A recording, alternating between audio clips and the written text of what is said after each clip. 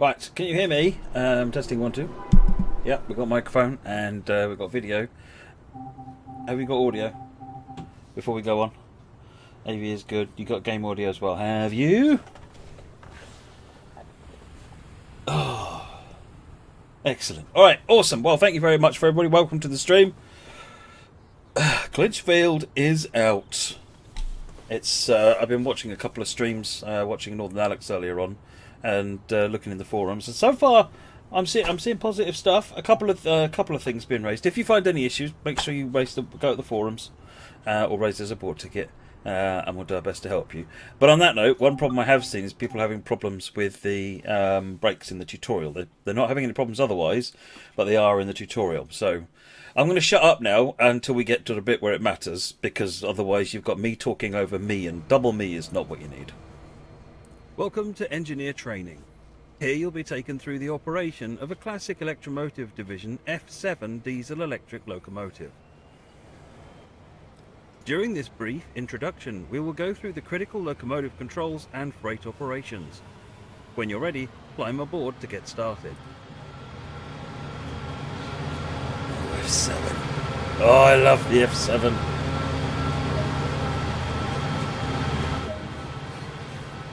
Take a seat in the engineer's position. This is where you'll be spending most of your time. The fuel pump will need to be closed to allow fuel to reach the locomotive.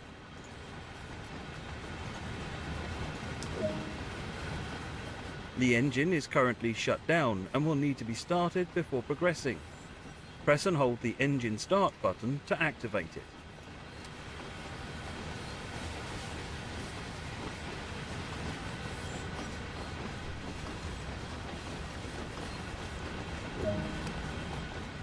The isolation valve is currently in the start position. Use the indicated control to set the isolation valve to the run position. Engine's up. The rotor valve allows the operator to set the brake mode to match the required operation of the locomotive. For the lead locomotive of a long train, use the freight setting. For the lead locomotive of a shorter train, use the passenger setting. If the locomotive is a trailing locomotive, use the appropriate freight or passenger lap setting. If running as a light locomotive, the passenger setting is recommended for rapid brake response. The reverser determines the direction of travel. No. Go me! The transition lever is used to control the flow of the electrical current to the traction motors, which is set based on the movement the locomotive is currently performing. As we are performing switching duties around a yard, we will need to set the control to series parallel shunt. Do this now by using the indicated lever. The unit selector is used by the engineer to specify how many locomotives are in the current lash-up. Use the indicated lever to set the number of locomotives. Shut up, me. The generator field switch will need to be set. Use the indicated switch.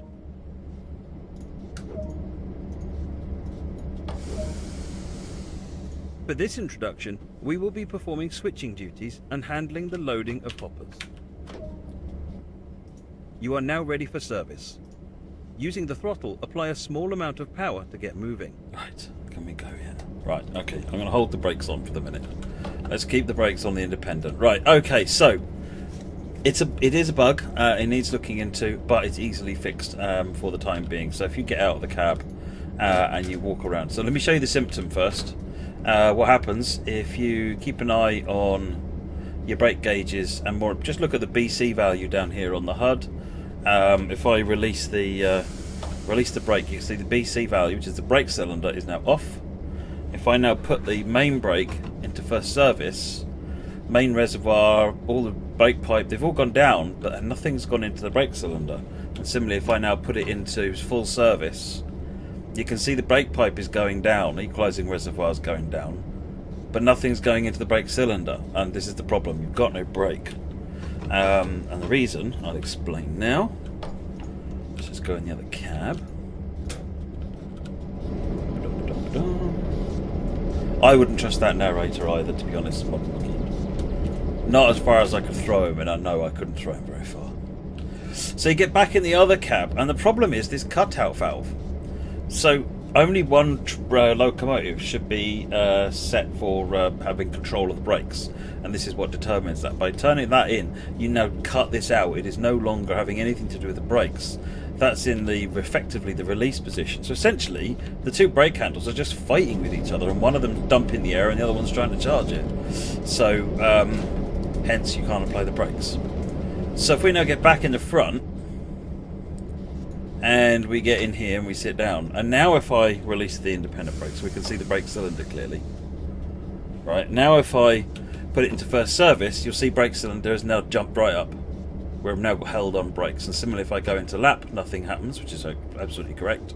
And if I put it into service, you'll see this start to go up. Put it back into lap to hold it. So it's a lapped brake. Does that make sense for everybody? So if we do that, you don't need to do that anywhere but the tutorial.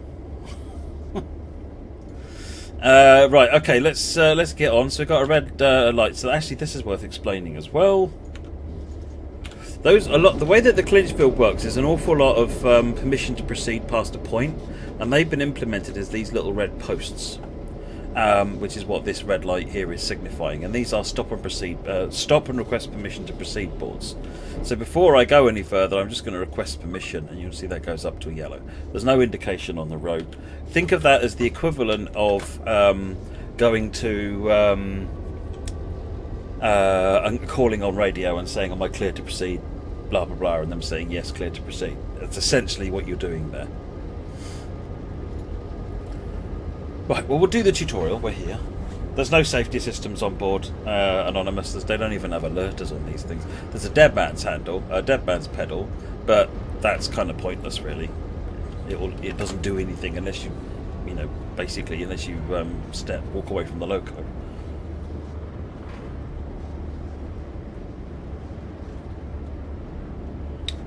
What about the black livery for the Clinchfield? So whether there are other liveries that come along in the future, I can't say anything at the moment, but there's certainly nothing in the roadmap for it. At the moment you get the grey and yellow livery on the F7, and you get the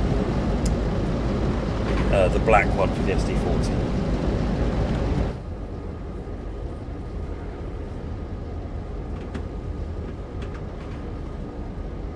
Wing Series 06 Gaming, do I do all the voices in the game? I do a lot of them in the moment because I've got a recording set up. Normally in the office, the audio team use their audio studio when they record anyone that's able to, that's willing to participate. But at the moment, that's not quite as accessible, obviously, so I'm doing a lot of them. Adam, the audio guy, also has an audio setup at home, but he actually spends his time doing the audio. So I do the recordings, he does all of the processing of the recordings. Why did that switch move? Because it was set incorrectly, so I forced it over by running over it. I should have checked it and switched it before. But it doesn't matter too much.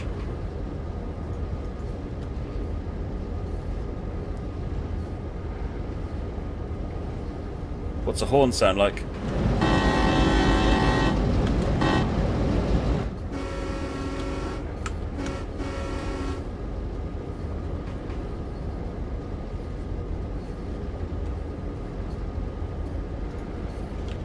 So what I thought I'd do today was we'll do this tutorial, and then we'll do a bit of the the Nora Turn Part 2.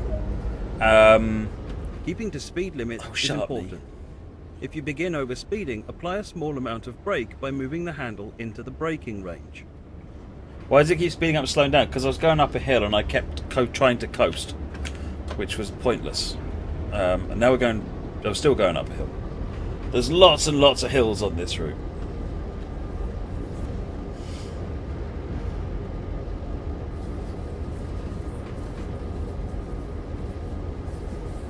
Mick Madmarine, watch the beginning of the stream. The brakes are fine, but in the tutorial only, the rear loco's got the rear brakes cut in, which is interfering. So if you cut them out, it's fine. But in services and scenarios, there's no problem. Not quite sure why the tutorial is set up incorrectly, and everywhere else it's fine, but that's the case. I don't have a date for the RS3L on the SD40. It's just the CSX horn currently on the SD40. I know Sam is supposed to be here, Wolfboy. I don't know where he is. Never mind. Oh, I was supposed to stop there, wasn't I? Whoops. Sorry, I'm paying attention to the to the chat and to keep an eye out and see if Sam turns up.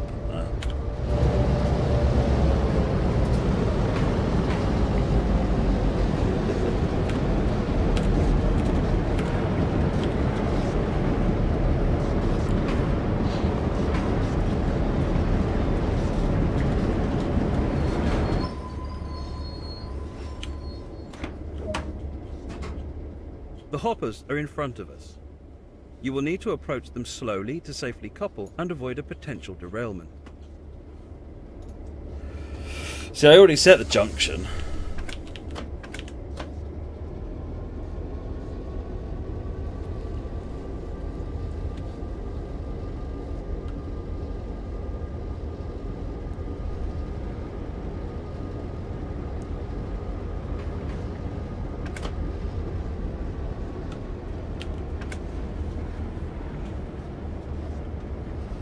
Well, a lot of that shunting would quite often be done on the independent brake, to be honest, Niall.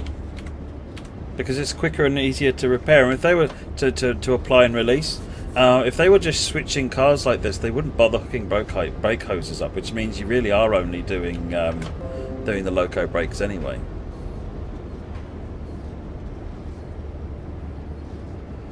Right. Is there slow speed control? No, there isn't. And on the limited power scenario, that is an absolute pain. But so much fun.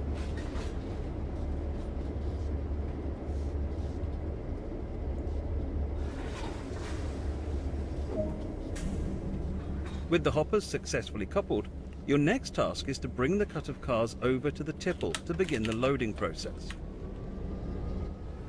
When loading hoppers, you need to keep to a slow and controlled speed to allow the loader to correctly and safely load the hoppers.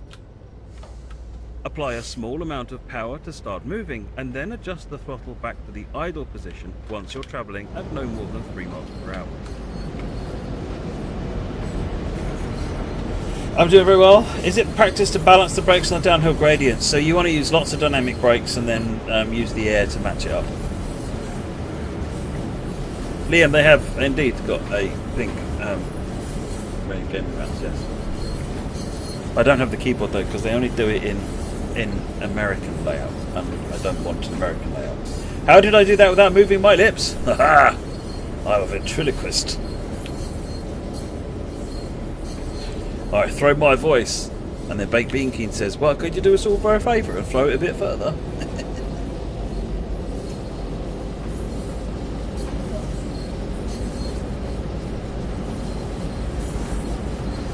Whitney Weisberg, yeah, you have so many college papers to grade, oh dear.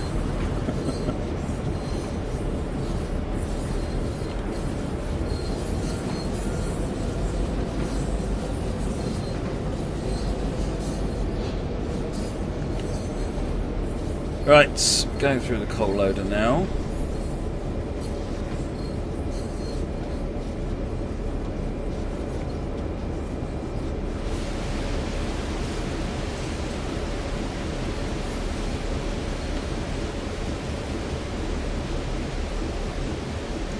This is out now on all platforms, that guy.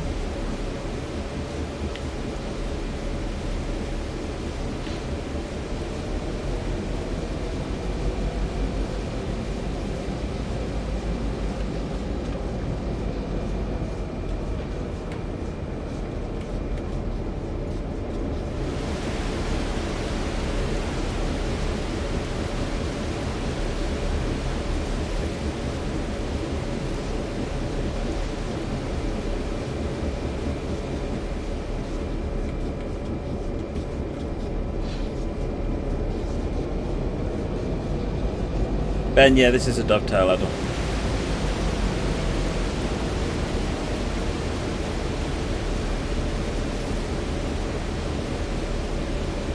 What's holding that staircase up? Hopes and dreams, Kevin, hopes and dreams.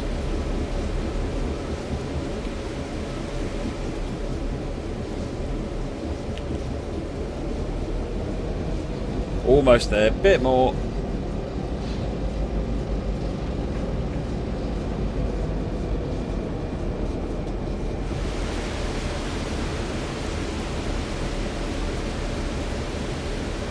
This is the same coal loading that's been, or aggregates loading that's been in Sandpatch Grade, Tees Valley, I think at least. No, there's no layers from Sandpatch Grade because it's the wrong period. You'd be getting CSX The trains. hoppers are now loaded. Your final task is to couple this cut of cars to the waiting train.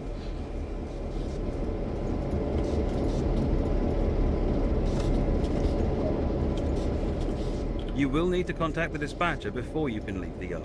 Contact the dispatcher and ensure you're given clearance before proceeding.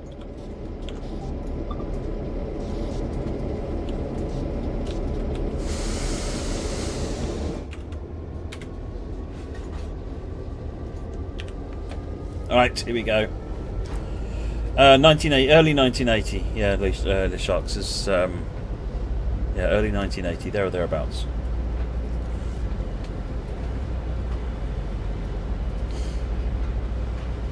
Is this the first route that isn't modern for TSW?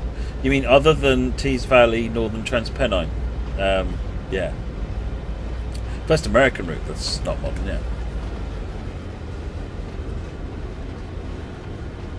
In scenario design, you can add any trains you want using off the rails mode. Dion. Michael, no, this DLC is made by Dovetail. Joseph, I don't want to say your name. Don't.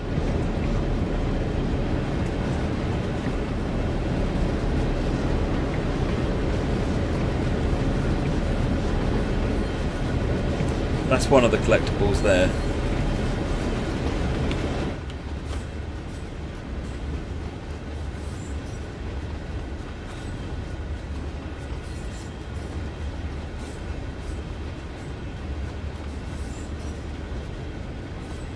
I have indeed seen what Skyhook have been doing. It's very impressive.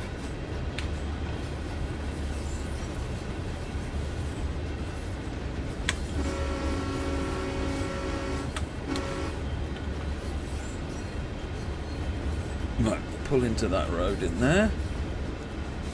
What have Skyhook been doing? Cane Creek, Baked Bean Kid. Google. Very, very impressive.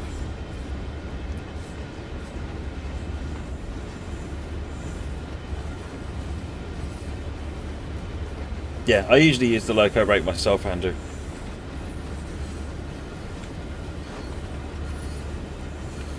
Because normally you wouldn't be coupling up the brake hoses anyway, so...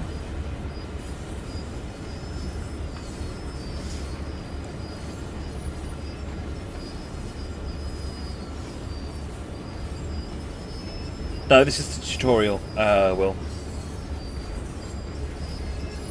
How do you mean are the different settings for dynamic brakes, David? Is it different to other trains? Yes, because you've got a transition lever to switch it to brake mode. But there is only still just dynamic brakes. That's just the one thing.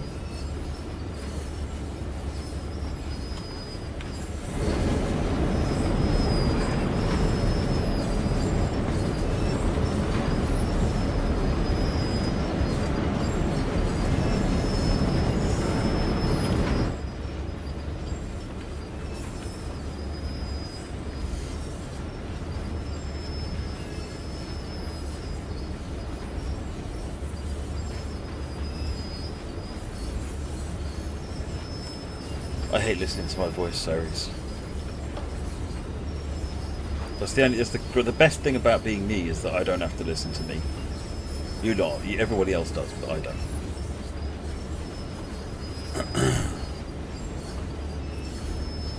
Well, unless I'm playing a tutorial, then apparently I do. But right, coming up to the blue marker.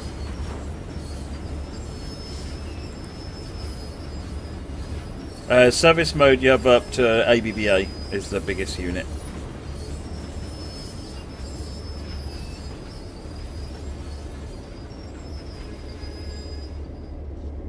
Oh.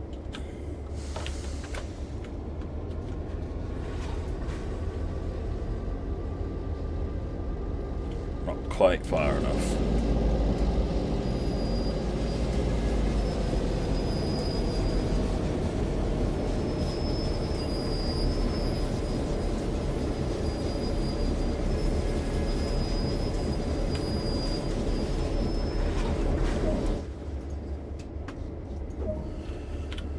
Okay, pull forward now.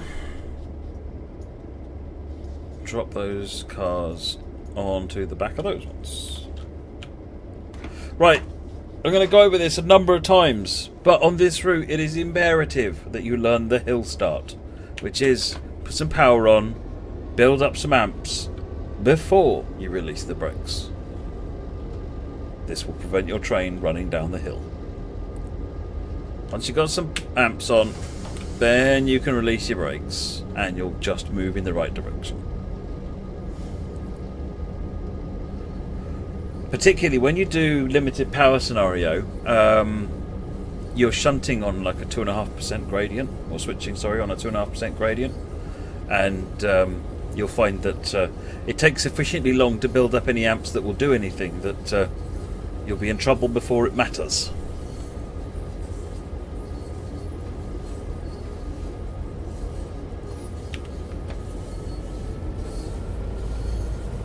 Just what I would say is, once you've got up to about 200 or 300 amps, Caboose, at that point it doesn't matter, because at that point, sorry, I had to just do the tab to get past that red board again. Once you've got 200 or 300 amps, amps change very quickly, but they take ages to get started, so you need to get them up and to get the engine spinning at a sensible rate. But to get from 0 to 200 takes a good 10-15 seconds, whereas to get from 200 to 300 takes a second or so. It's much quicker once you've got amps already applied. So I've just taken the amps off and it's taking ages to build them back up again.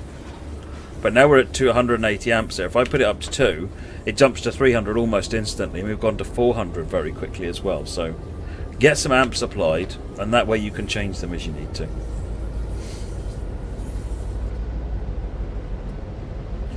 How can console users contact the signaller? You press and hold B or circle.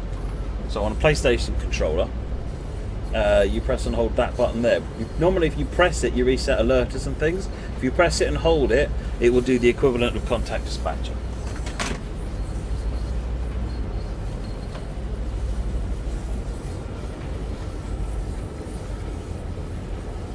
Hi British Ace, how's it going?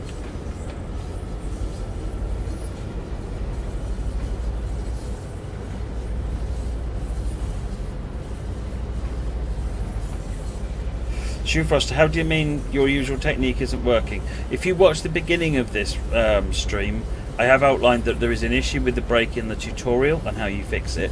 It's just a setting in the rear loco. But in service mode and in scenarios, you don't have to worry about that. That setting is fine.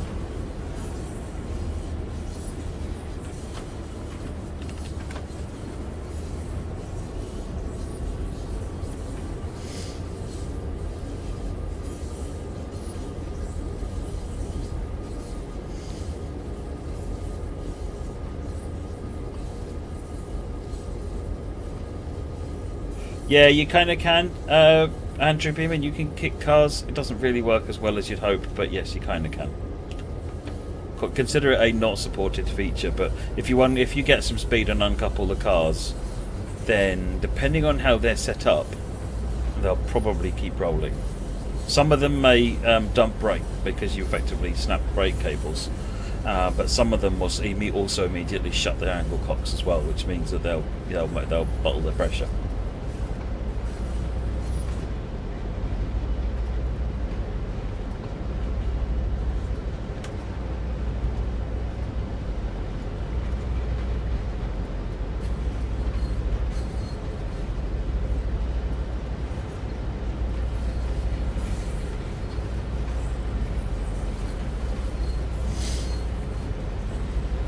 How many miles did this route? I can't remember what the total mileage is, Mark, but the route is a load of branch lines. So you've got a main line running up and down here. I think this branch line is 14 miles. There's this one here, which is about 6. That's about 2, I think. I think that one's about 6. I think that one's about 30, north-south. Something along those lines.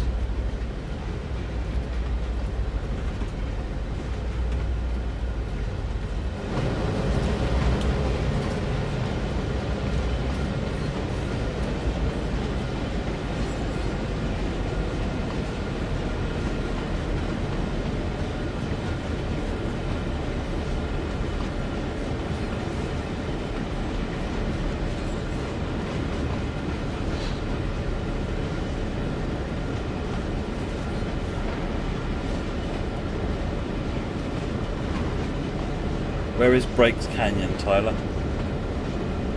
In theory, all the loaders can be used. I love this, the F7 rolling up there on the higher section of the main line.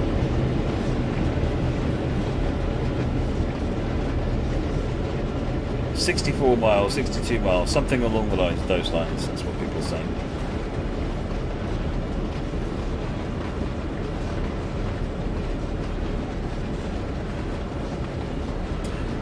I'm not sure where Sam is. Tintin?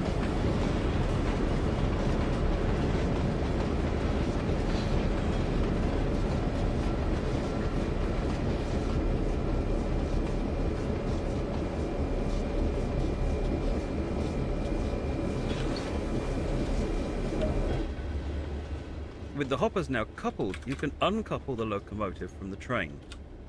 Use the cut bar on the rear hopper to uncouple the hoppers from this locomotive. And also this, I don't know whether anyone's noticed this.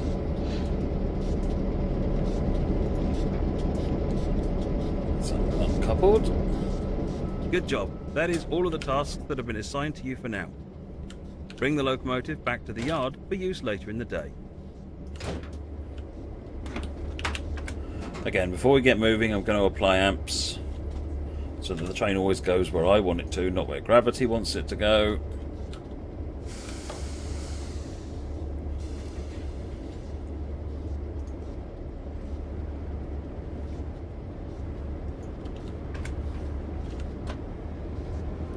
Yeah, I have a ventriloquist. Yeah, I'm an amazing ventriloquist, Ross. Where exactly is in this railway? Virginia. Frequent flyer.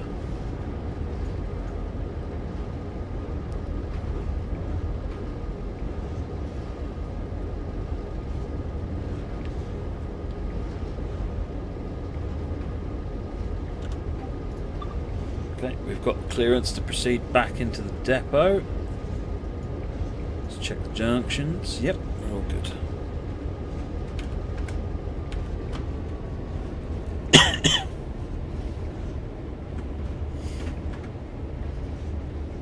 Elkhorn is in Kentucky. I think there's like, if I remember rightly, the border is something like there, isn't it?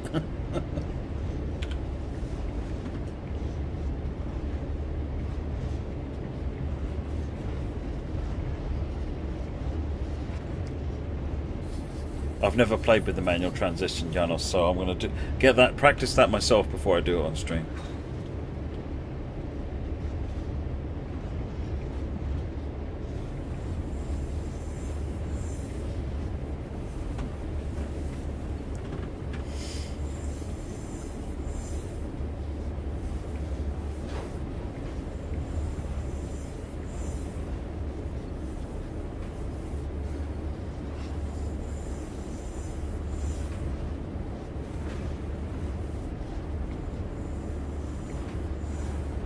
You could change ends, Ghost of Oryx, yeah. You could shut this cab down and go and switch the other cab and drive it from there. It's not the whole of Clinchfield, no. It's the whole of Clinchfield is enormous, Majamka. This is from Elkhorn to Dant, which is the sort of the northern coal section.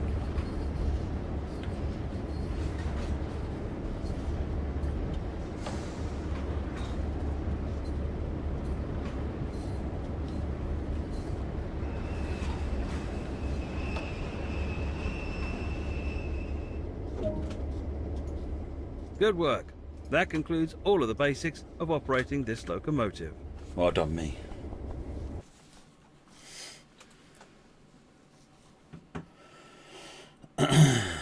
Right, so hopefully that explains the brakes. But we'll do more with brakes anyway as we go through. So I was going to go back into service mode now and do the Nora Turn Part 2. So Nora Turn Part 1, you drive up from Dant, mostly through a big long tunnel, which is why I'm not going to do Part 1. And then reverse the train into the siding at the end of Nora. Yeah, at the end of the Nora branch. So we rejoin our heroes at the Nora branch.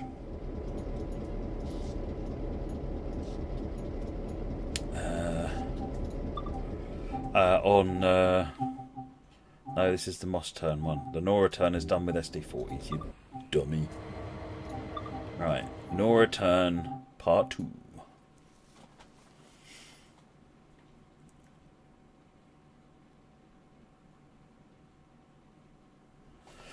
Okay, so what time is it? Crikey. 2:38 in the morning. So where we are is we've just effectively reversed the train down into the Nora branch here, which is this one. The train came up here and then reversed back down. So now we've got to do something really weird and really wacky, and I love it to bits. It's brilliant. And yes, there's photos of this to back it up.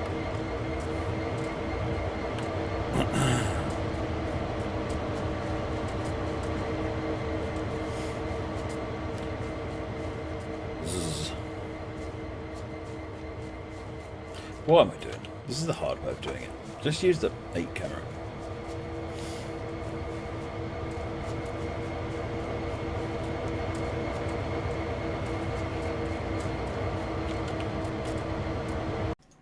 And we pull forward. So in order to do that, we need to turn these things on. Let's turn the cab light on. Put the reverser in. We need to cut the brakes in. We need to set it to lead or dead. Release the brakes. There's no PCS, so we're good to apply power. This is transition levers on off, so I need to swing it into 1, and then I can apply power, and we confirm amps. I'll do that slower again in a minute.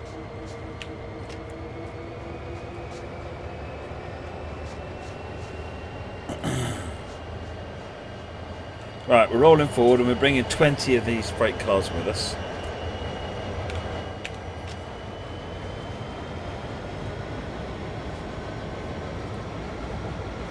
Oh, was there an outage on the stream?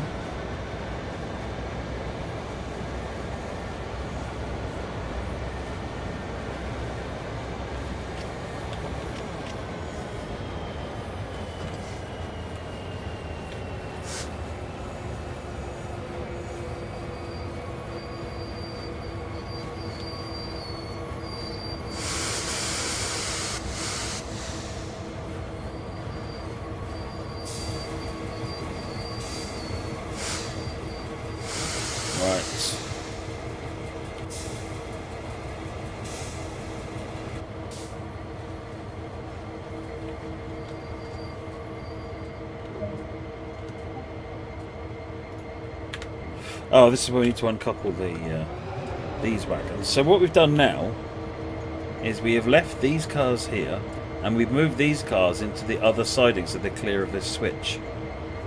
Spoilers. Right, let's uncouple. Right, we need to proceed out. So I've got a red board here, hence the red signal. We are now cleared onto the main line.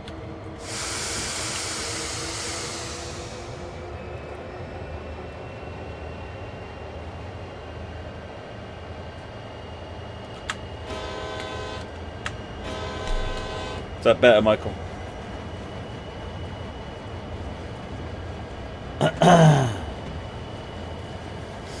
If you have 2 locos, don't you put it into 2? No, you don't. You only ever leave this for 1, because all the locos are in. This again is about manual transitions and automatic automatic transitions. So all of these locos are auto transition locos. The F7 is auto, and the SD40 is auto. But so what that means is, in order to go, if everything is auto, you set that to 1, and then everything will just be dealt with automatically. If you had any manual transition locos in your consist, then you could couple them up and then use this to select the transition setting. But since that isn't, we haven't got any in the game like that, it doesn't matter. So you will only ever need to set that to 1.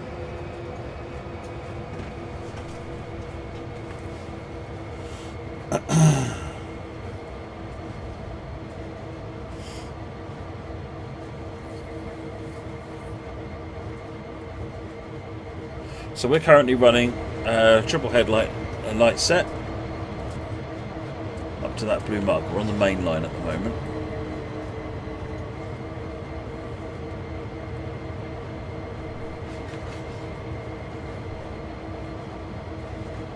Pull on the loco brakes a little.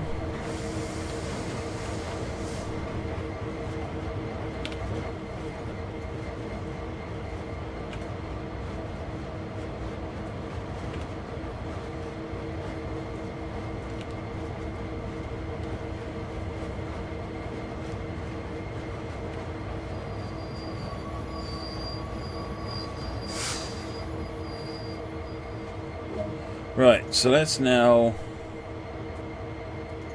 check behind us.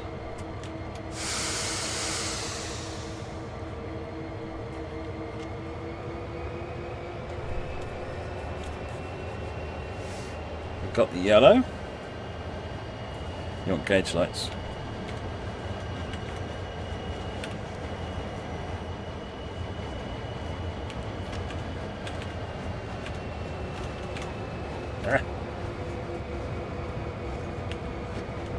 So now we go down the other way. Now what I am going to do, just to make life a bit easier, is I'm going to head and change the junctions here. Let's give it a bit more speed. Try refreshing, George.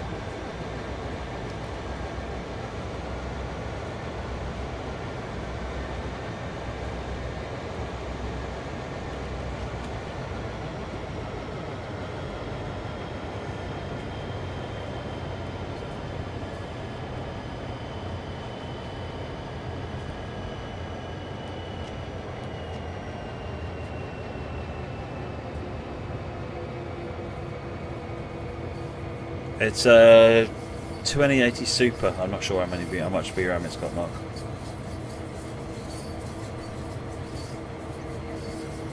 Back on the branch now. We'll be on the branch. The Nora Turn is a good few hours in total. We're not doing it all tonight, no.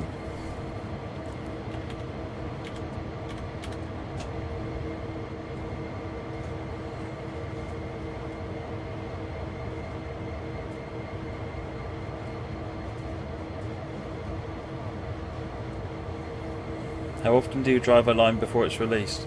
A few times, not tons of times. I'm more looking at specific details, like testing the locos and so forth, testing the scenarios, playing that stuff. So I won't necessarily specifically drive up and down a line, like doing similar services, for example. I'll do different ones or different scenarios. I'm not sure about manual tint. I'm not looking after that aspect of it, but I'll find out.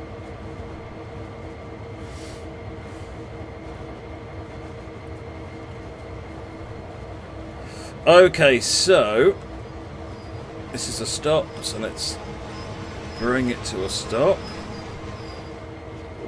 And then we couple up to those wagons, freight cars. Yes, this is out on all platforms now, 10 Valley, PS4, Xbox One, and PC. That's it, PC, this one. Yeah, I'm helping out with some of our FanFest Pink Trains.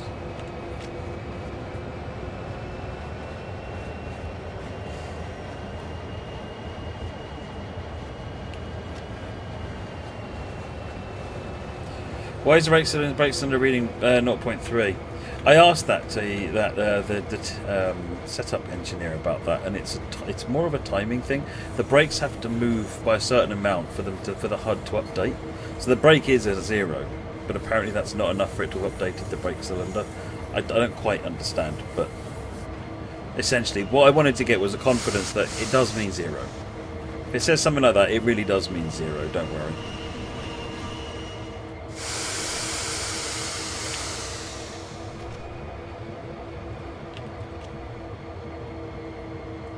Couple up here.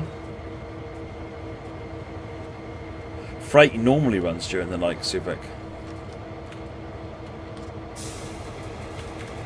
And actually, I kind of, when I did the timetable for this one, kind of fictionalised some timings of it, because actually almost all freight runs during the night on this line, and I figured you'd probably want to do something during the day, so spread it out a bit.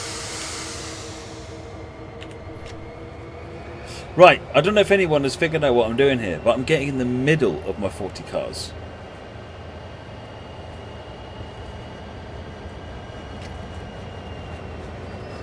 Did we not actually end up coupling to those? We didn't. Dang it!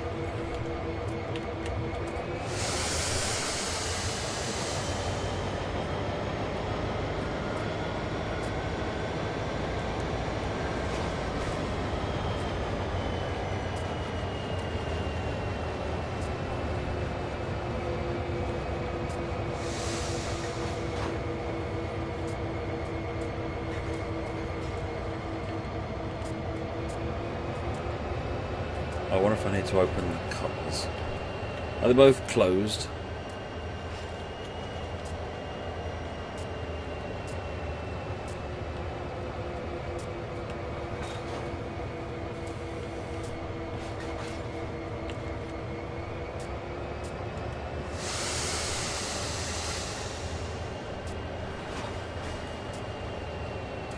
Not sure what's happening there, but yeah, I think basically what's wrong here is that when you couple up couplers, at least one of them needs to be open.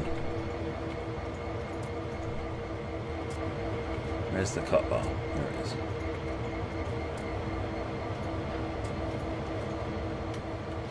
That's now open.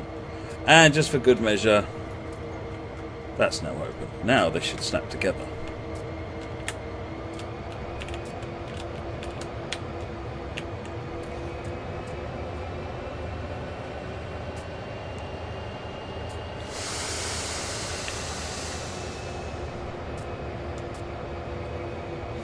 Go. So let's just check the coupler on the knuckle on the front. That one's open. As long as one of them is open, that's all you need. In reality, they ought to both be open, but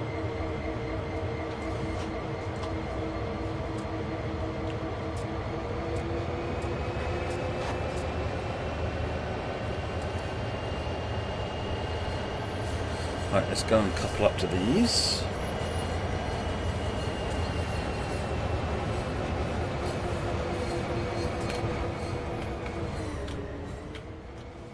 That's open.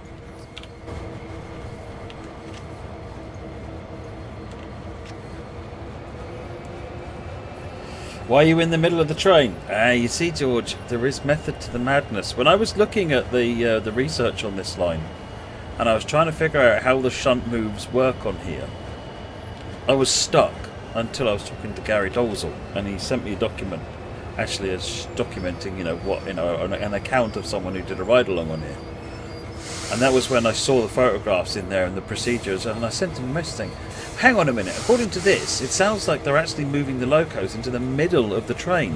What? And he said, yeah, that's what they do.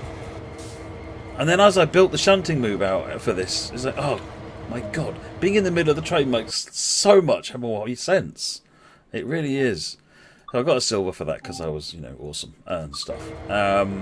Right, so what we do now is we now proceed on our way up. See, the first thing that happens is we have to do these two. And we do these with the wagons on the other end, the mainline end. And we do all of these. And then we push the other wagons up this side, and they're done. You'll see how the sidings are now facing the other way round. It will make sense when you do it.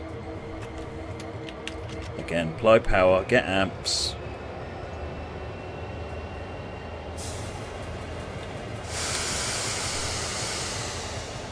And away we go.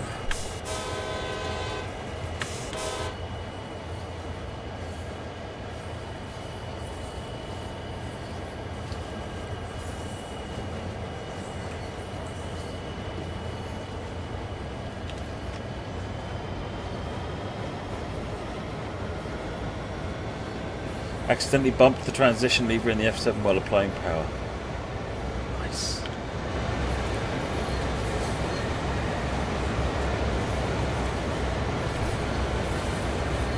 Right, let's rock and roll this thing up the Nora branch.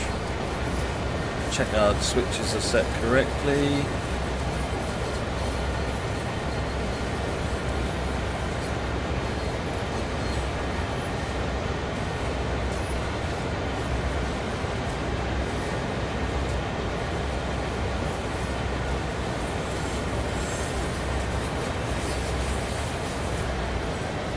Ah, you see, when you say you can't see what's in front of me, guess what?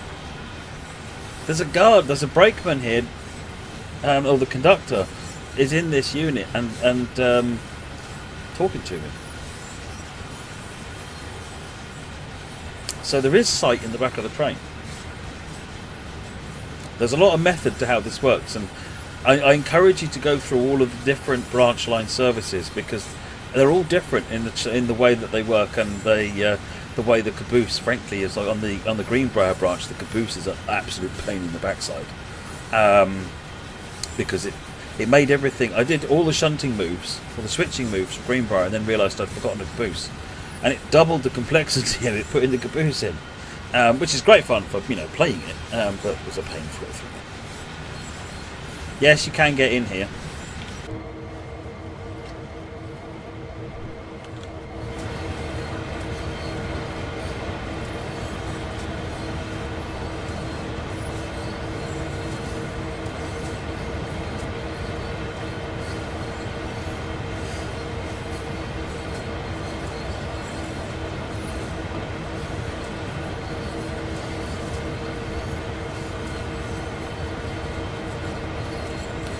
Got a little way to go, not too far.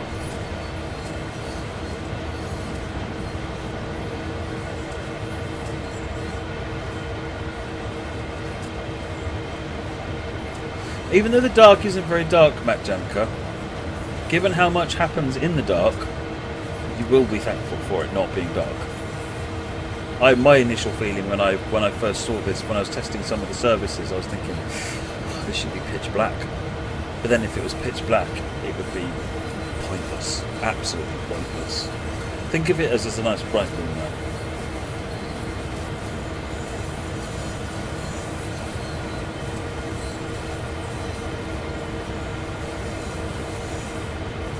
Limited power is amazing. I love that scenario.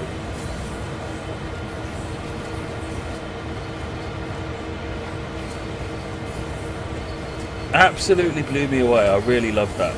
The switching at Blue Diamond, which is the end of this branch line, on a 2.5% gradient is with heavy loaded freight cars is tremendous fun. Especially as they get heavier and heavier and heavier as you load them all up, and suddenly you're finding this train is running away from them.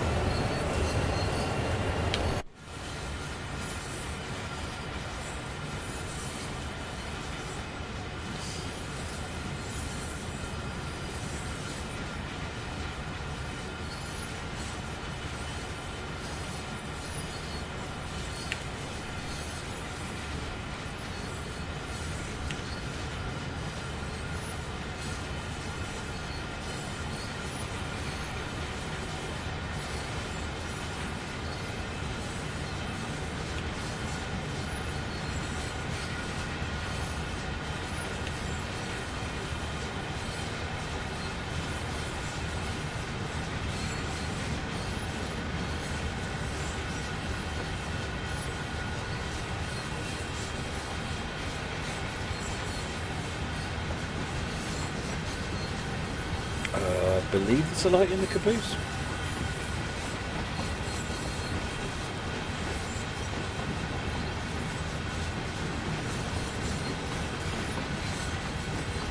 Red leader. No, I think the problem with in real life again, you'd be sat with this view.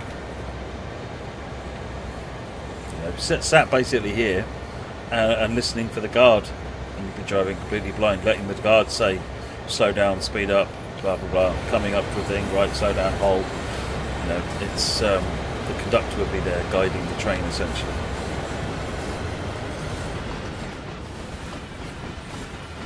All rail vehicles should have livery designer compatibility. Yeah, Vomit, exactly. I'm exactly the same. Without the way that it's done actually is quite nice. And one of the things that you'll find actually is that some of these services, I've specifically set them so that they start at night and end in the day, or start in the day and end at night, because I thought that'd be really interesting having that transition.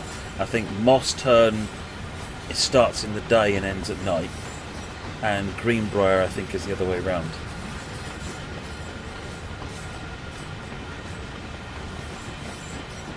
Or is it Nora? No, it's Nora. It's 2 a.m. or 3 a.m., isn't it? Yeah, it'll be about, I think, 5 or 6 a.m. before this train reaches Dant. By which time it's bright.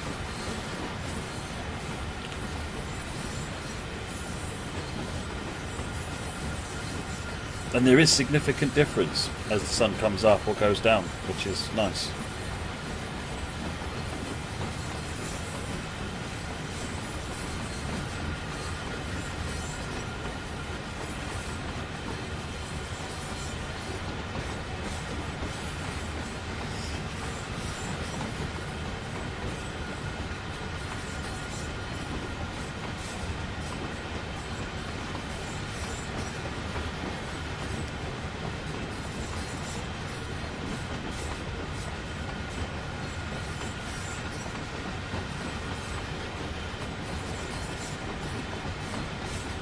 Well, I'm doing 15 or thereabouts, and we'll be stopping in 800. Or we've got Go-Bar. We'll be stopping shortly after. So we'll be stopping shortly.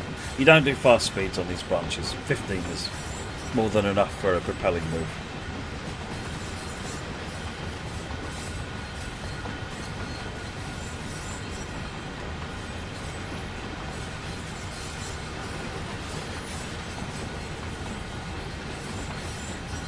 It looks like someone's behind me. Yeah, I know. Right, so we're at the first sidings here. So we'll be delivering. In fact, we'll be doing actual full coal swap. We completely service these two. We deliver empty wagons and take the full ones.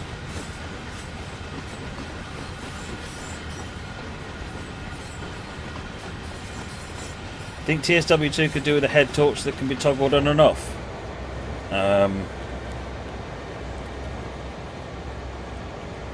Like that one.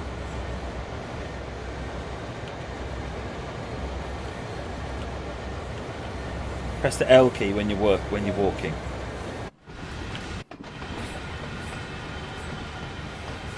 Or if you're on console, I think it's possibly D-pad right when you're walking.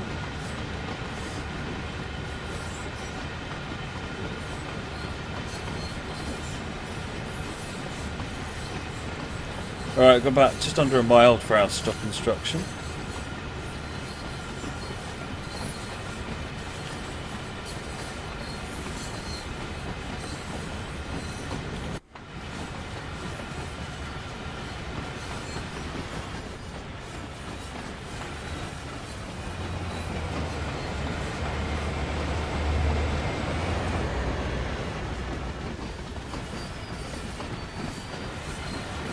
So the goal at this point is to get these freight cars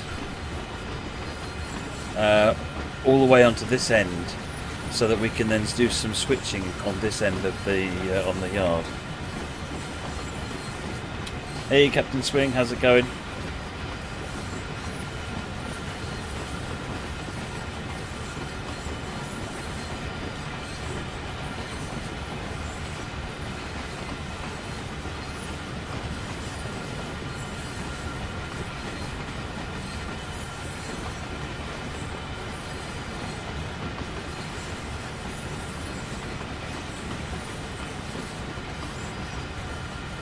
Railroad Journeys, no, this is Xbox One, PS4 and on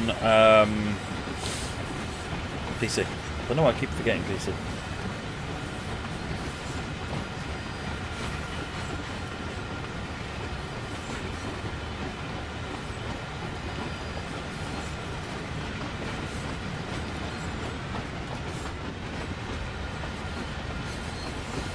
Cotton Cuddle, so the very north end of this route at Elkhorn is in Kentucky, but the majority of it is in Virginia.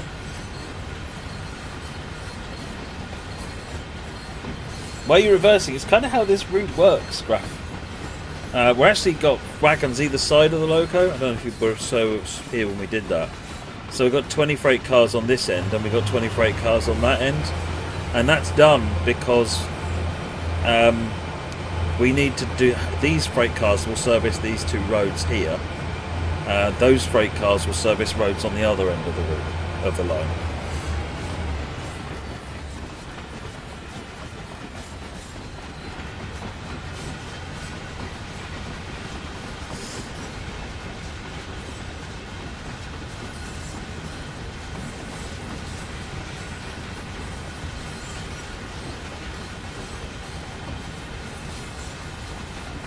We're on a 2% up gradient now.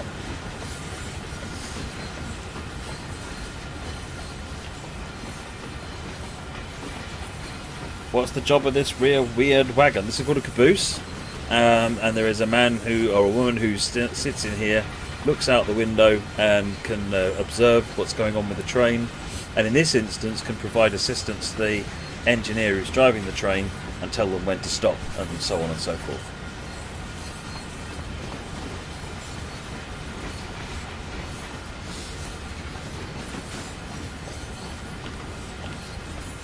What, mid-helper locos with a massively underpowered lead caboose.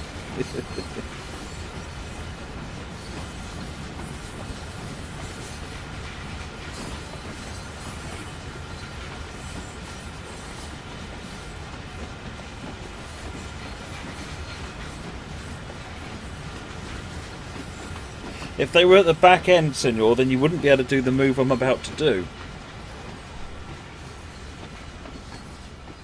Because now we leave this cut here.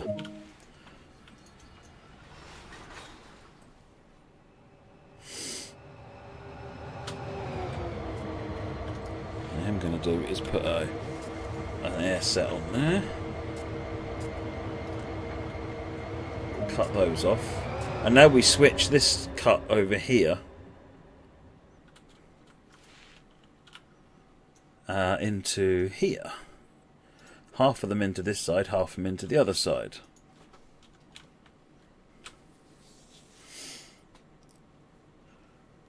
Transition cutout switch on the F7. I'm not sure what you mean by transition cutout.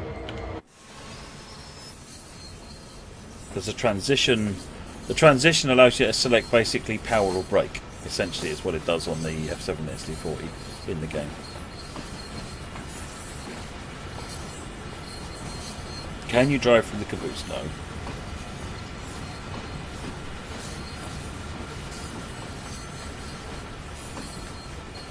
%2 gradient with falling down. So it accelerates readily.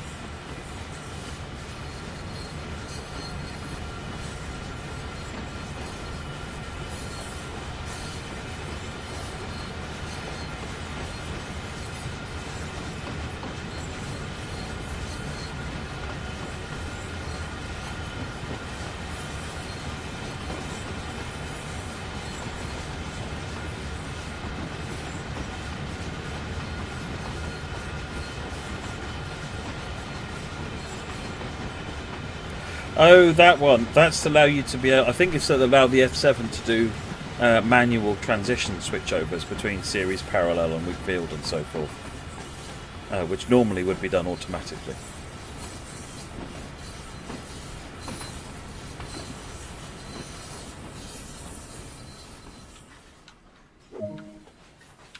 Let's put an air set on that.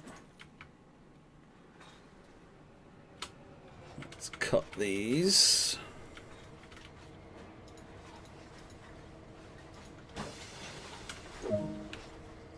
And again, we're on a hill. So build up amps before you do anything with the brakes.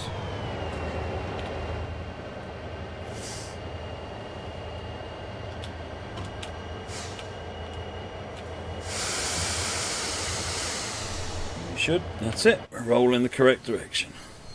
Now, whenever you do an uncouple, what I'd recommend you do is just make sure you've left the cars behind.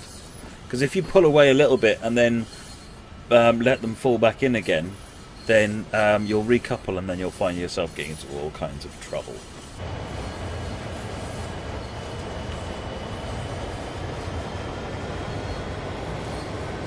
No, I know, Derek.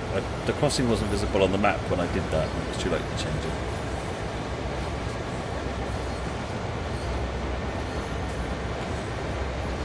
Let's just say the locals are tolerant now.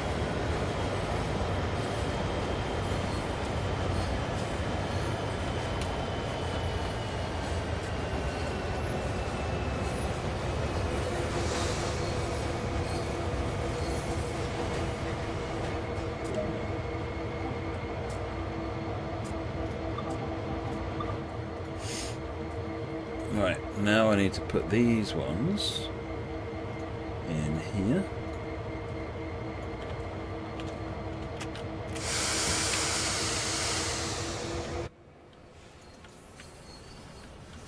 Again, we're falling downhill on this one, so don't have to try too hard to make it move.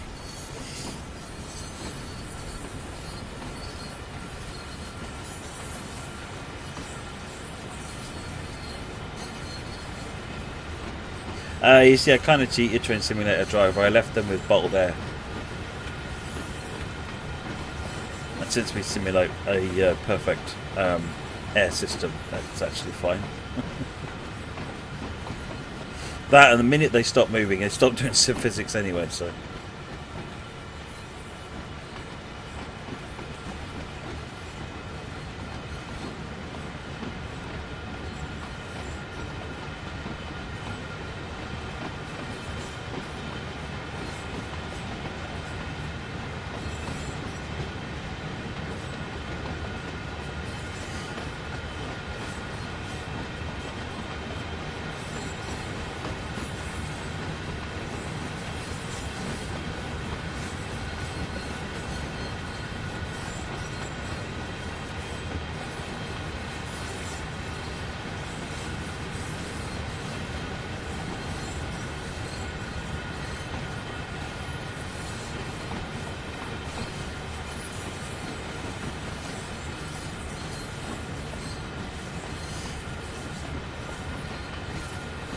No, because they won't stop what I need to. It won't detect the stop properly, Sean.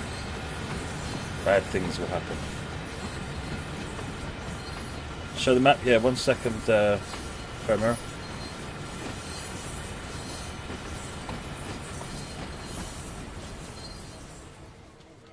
Do the exterior visors move?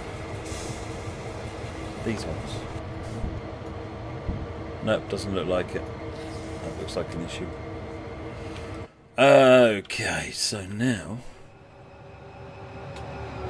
I need to cut these loose. While we're here, let's make sure we've opened our knuckle as well. Apply some amps. How you doing for a second? How's it going? And then release.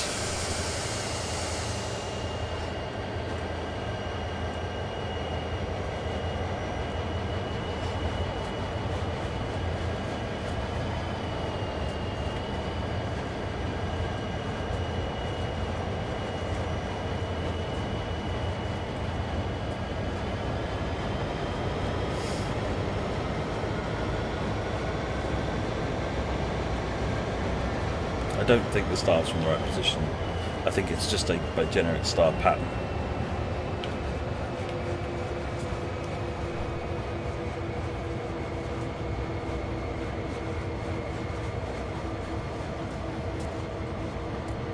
The SD40 is double the power in F7 F1 Go. The SD40 is a 3,000 brake horsepower, and the F7 is the SD40 is 3,000 horsepower, and the F7 is 1,500. So an F7 AB is the same as an SD40. Are any of the services or scenarios where one can make the F7 absolutely suffer? Shall I show you one that makes it utterly, utterly suffer? It was time to switch over to do the F7 anyway. On the Moss turn, I made a mistake. I made a miscalculation because I forgot that you coupled up to some more wagons as you coaches. You coupled up to wagons as you go, so you end up with more than the number of freight cars you're supposed to. So it's not processing pickup. I think it's Holly Creek. So North Twallan, you pick up one set of cars. The ones from Nora branches drop off. Processing pickup picks the Greenbriers drop off. And then Holly Creek is the one where we have coupled to everything and we are ready to go. And you've got 60 wagons behind you, which is 20 more than we're supposed to do. You've got 67 in the consist. And you're about to take a really quite steep gradient. Okay, so forwards, headlights, control, generator field. So you want these three on, which is the control fuel pump, the generator field, and the engine run. And then down here you got your number lights. You want to make sure that your brake valve is cut in on the lead. Change that to freight, which is your rotator valve. And we'll set this to 4, because this, if I remember rightly, is ABBA. Oh no, this is an ABSD40A. Just for the giggles. We'll put some gauge lights on. And we'll play power and make sure that... No, we can't play power, because I haven't put it in transition. That's it. Make sure we get amps.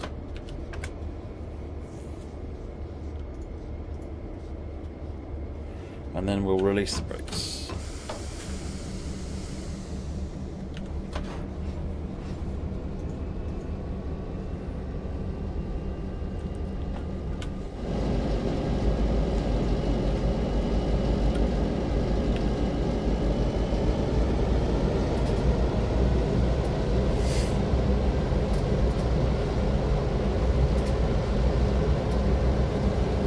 On Xbox One and PS4, you may find this service has less than ideal FPS. But fairly shortly after you start, you drop 10 cars off, and then shortly after you drop another 10 cars off. So each time you see the FPS jump up a bit. But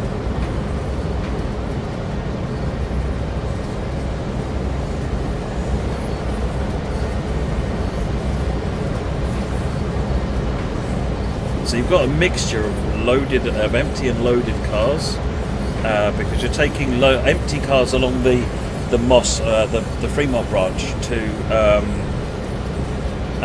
swap for the loaded cars, but you're taking this loaded stuff from the Nora branch and the Greenbrier branch to get processed at the terminal. So there's a on the end of the Fremont branch, which is here.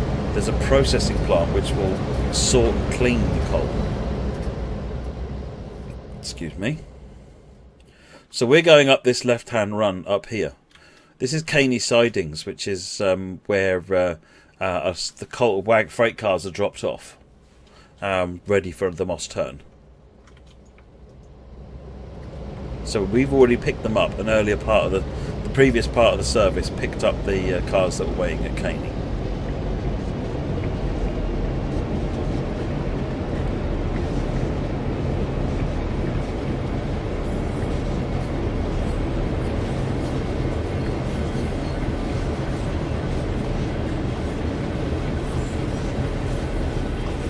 Settle Snore, yes. The A and the B unit here is basically, and it's the same as an A unit that's got a cab, except it just doesn't have the cab.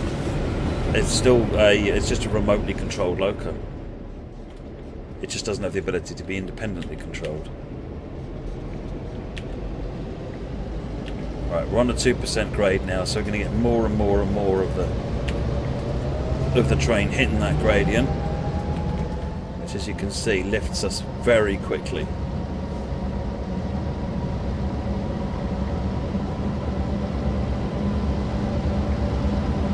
No, I use immersion, Tintin.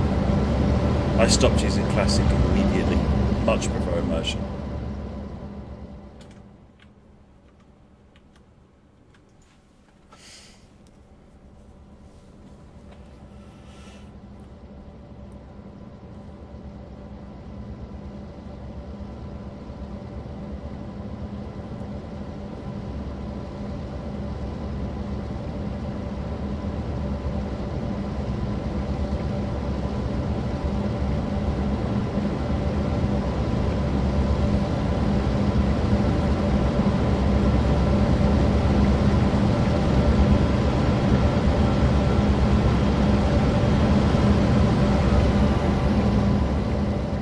It's really cool how it follows the main line here for so long.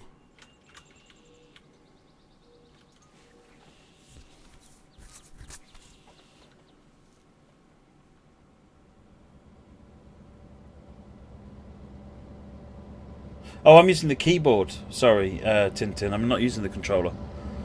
The same as even on when you're in immersion controls. If you've got a keyboard on your console, you can just press A and fly around still.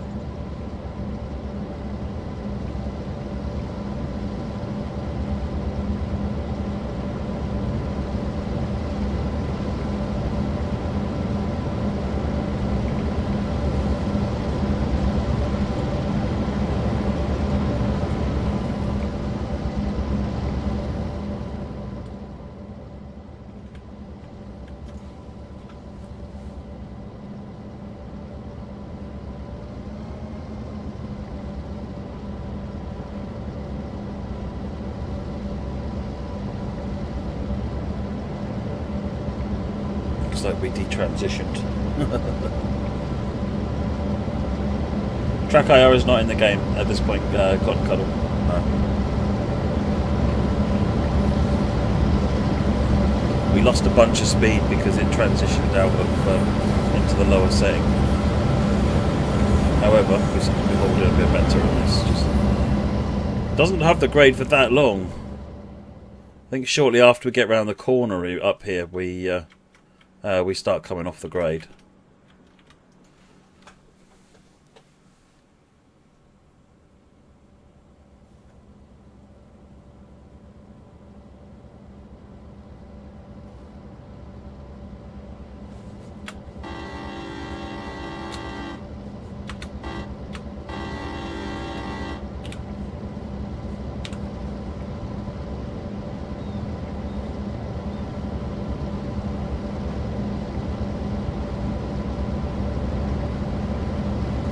Thunder time.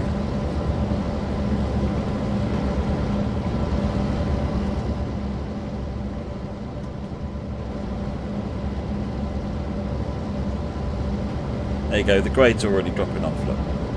1.9%. No, that's it's been set up that way, Anthony.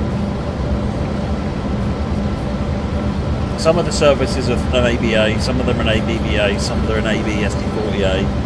There's different variations and combinations so that they all feel a bit different.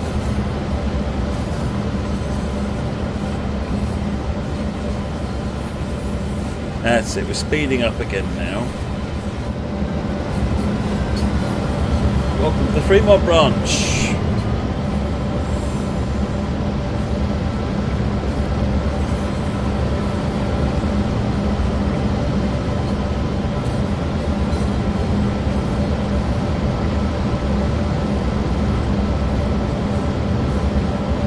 .9% doesn't seem that bad after doing 6% in a row, sir. No, but bear in mind, it's nearly 4,000 tonnes, whereas your Arosa train is about 100. There's a big difference.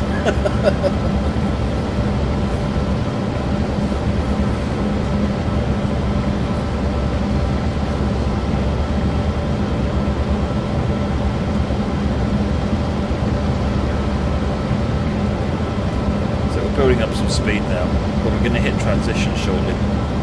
So unfortunately, transition is about the speed limit, so you kind of want to either hold back from the speed limit or go over it, because transition takes a moment, during which time you've got no power.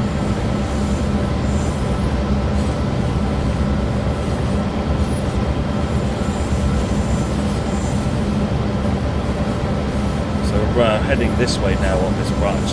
Your first drop off to 10 cars is here, and the second drop off is maybe here, something like that. Yeah, I'm on run 8, Roy. I'm on maximum power.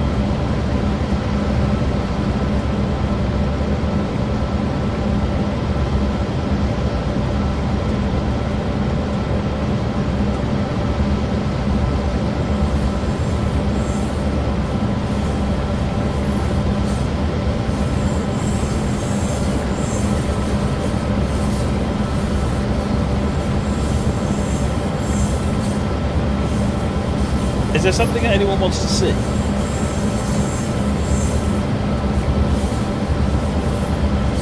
can see traffic. I'm not going to end the stream in a little bit, but if there's something you want to see or questions that are, you're finding or you're seeing people having problems with, then like the brake cutout switch in the tutorial, then let me know so that we can have a look at it now.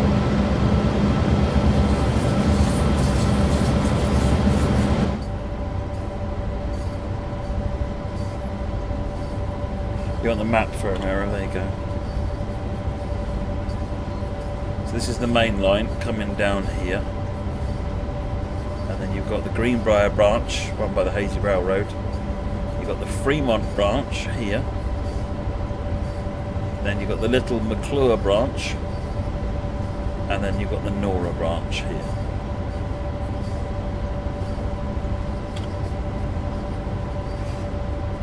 I don't know why that's happened, Dallas. I'm going to make inquiries about that.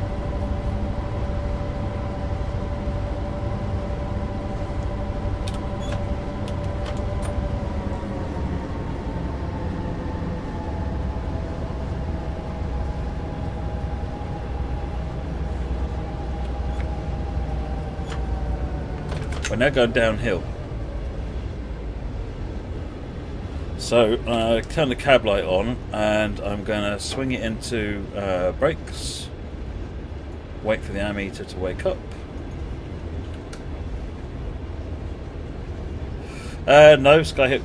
I don't know what Skyhook have done on this route. If they did anything, Helder. It's not related to Cane Creek. Right, let's get some dynamic brakes in and pull that speed back down again.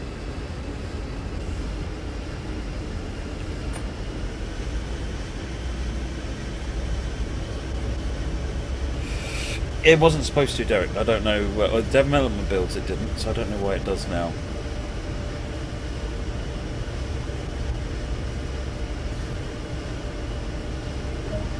Right, 800 yards until our stop.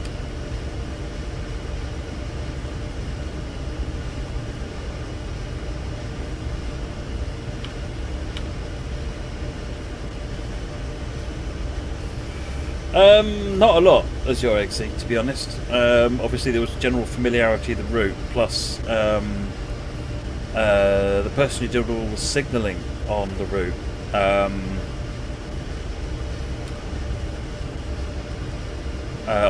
originally in TS1 had a lot of research and so forth that had been done, so that was a bit of a help in research, but no, otherwise than that it was just basically no different to making a route. I mean, you can't understate the value of having a lot of research done for you, but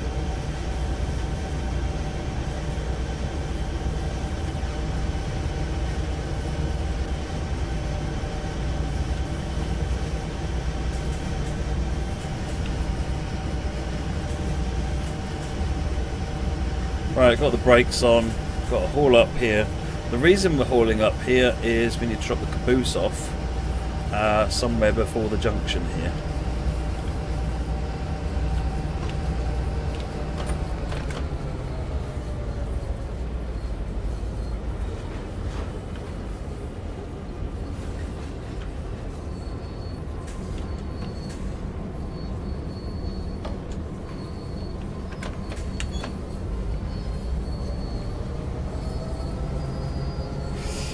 Oricom, yeah, this is done by the Dovetail team.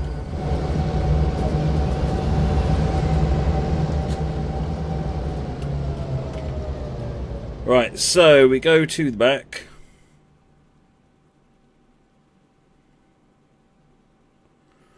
All the way to the back. Make sure that we are clear. We basically want to be clear of this junction. And leave the caboose here, because we're going to go and drop these rear cars in the back of the in the train. So we have to pull forward again now. Now, in order to pull forward, I'm going to put that back into power and wait for the ammeter to sort out. So we're going downhill, so.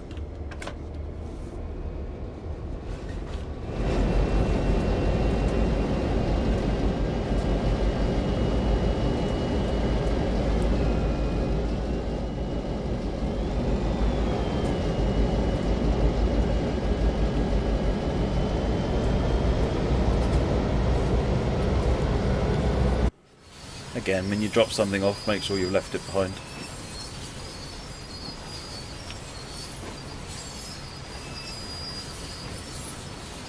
What's the maximum gradient of the route? Maximum gradient of the route is in the vicinity of about here, which is about 3.5%, something like that, which is a nightmare. And then even all the switching you do on the yard at Blue Diamond here is on 2.5% gradient. So 3.4, there you go.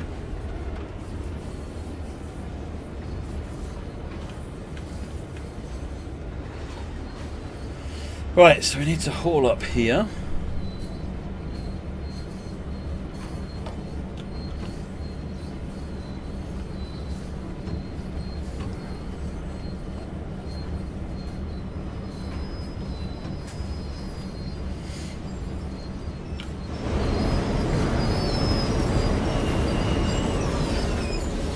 that point,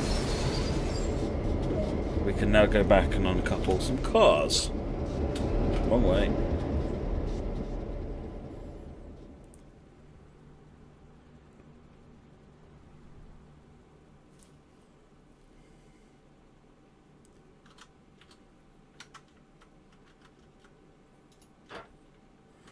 Uncouple both, just so we don't have a problem with knuckles later on.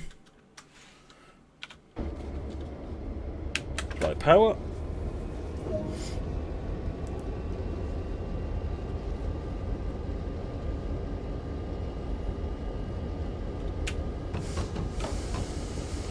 Pull forward a little bit more so we clear the switch, and then we can reverse back up for the caboose.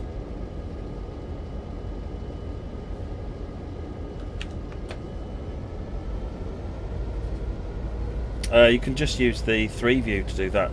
As in, just click the right stick back jumper and you can fly back. You don't need the 8 view to do that. You can just click the right stick on the consoles. Brylar, yeah, this is America. We're in Virginia.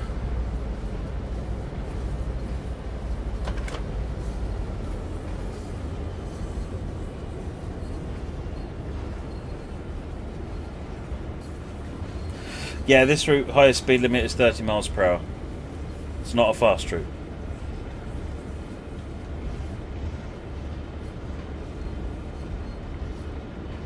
The unlimited power is awesome, terrifying awesome. It is good, isn't it?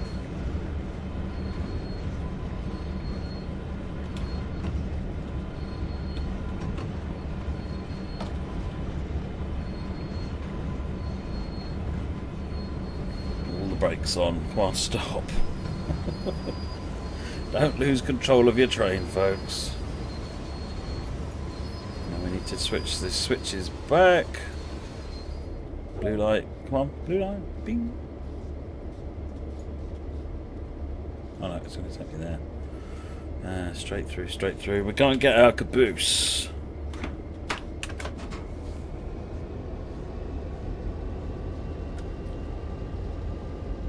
Amps are on.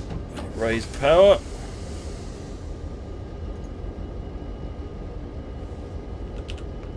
More amps. That's it, we're moving.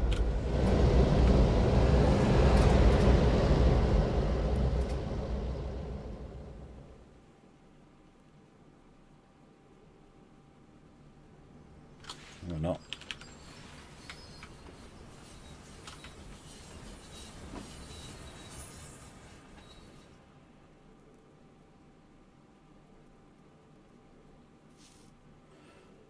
Do you cross the state border? Yeah, Kentucky to Virginia.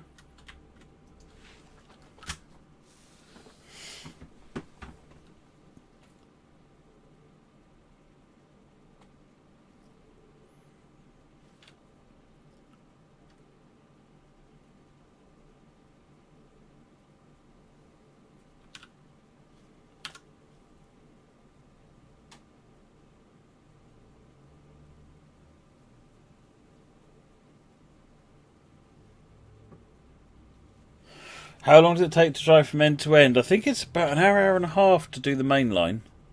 So to do the main line from there, I think it's a good, I want to say somewhere between hour, hour and a half. I don't know exactly what it is, but it's not a quick journey, put it that way. We should see our train come back here in a minute. How do you use the unit selector switch? You can either use the angle brackets on the keyboard, or you just pick it up and grab it. You want 1 for forwards, B for backwards, essentially.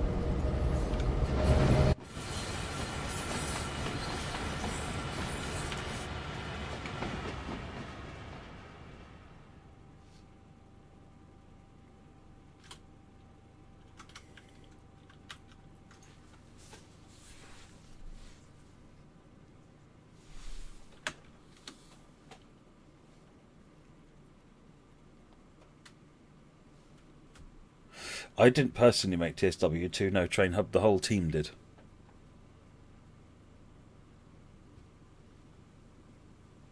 How many branch lines? 4 branch lines. But for example, the Greenbrier turn, you drive up there, you run up there, you do some set-outs and pickups working your way back onto the main line, you run down to here, drop some stuff off at Caney, and then you run back down to there, and that takes about 8.5 hours. It's spread out over multiple parts, so it's not one 8.5 hour thing, but yeah, it's an example. There's it might be an hour and a half to do one journey, but actually to do anything functional, you're generally looking at between 4 and 8 hours if you want to do the complete thing.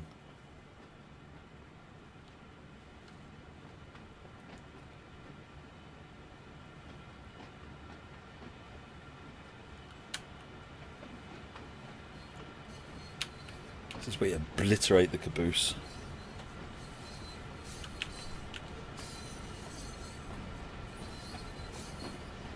There's one in scenarios you do some loading, and there's one service where you load up at Atomic Mine, but there's the majority of the time it's just set outs and pickups.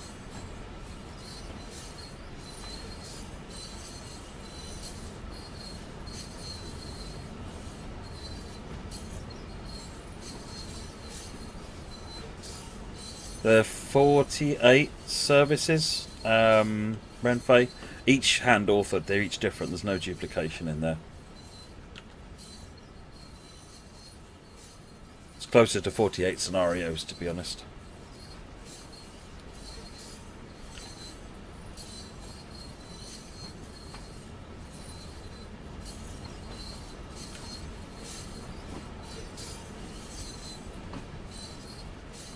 I'll keep you busy for a few hours, Moricom, definitely. Well, I was just thinking that what I'm going to do is couple up like a pro.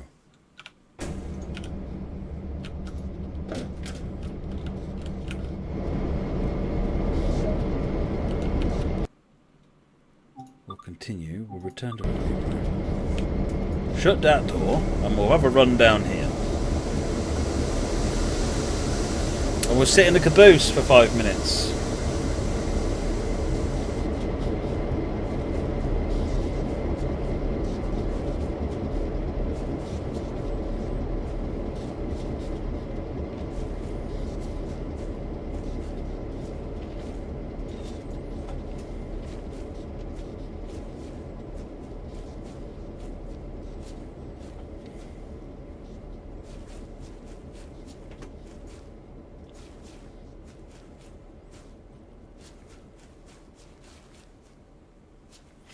Will we get there before the train departs? I don't know.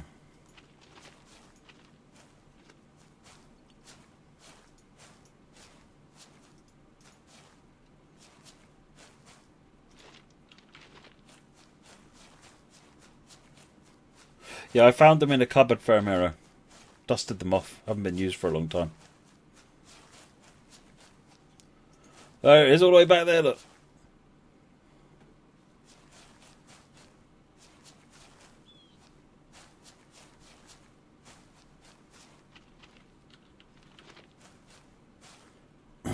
I'm getting worn out just playing the game.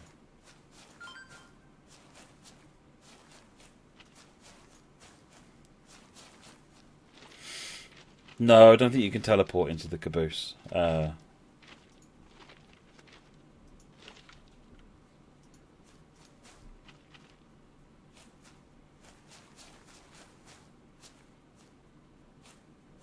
don't know the answer to that, Richard Cast.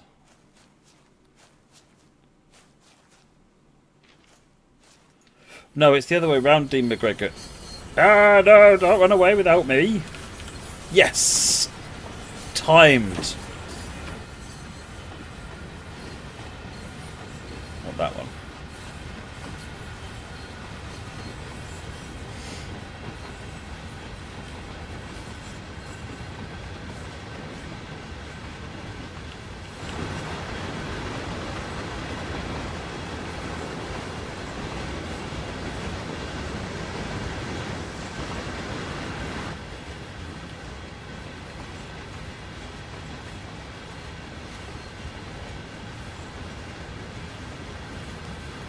There you go. You asked about light switches.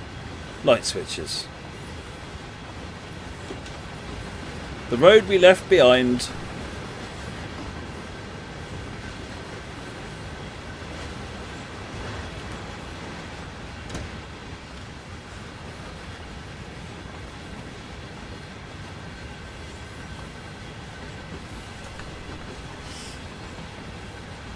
Of course, when you sat down, it also means that you can use the exterior camera as well. You can't walk along the top, but you can climb up this ladder and sort of stand there. And you can climb up that ladder and stand there. But you can't actually walk along the top now. I'm in a service at the moment, Will.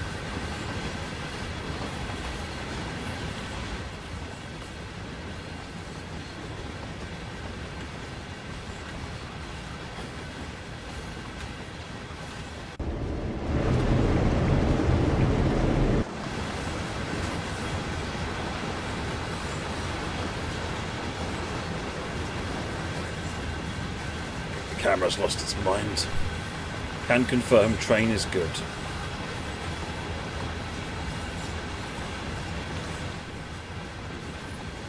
No, that doesn't do anything. I believe the brake pipe gauge might be working, but the thing is, when it's AI driven, there is no simulgraph, so kind of doesn't really work the way you might want it to.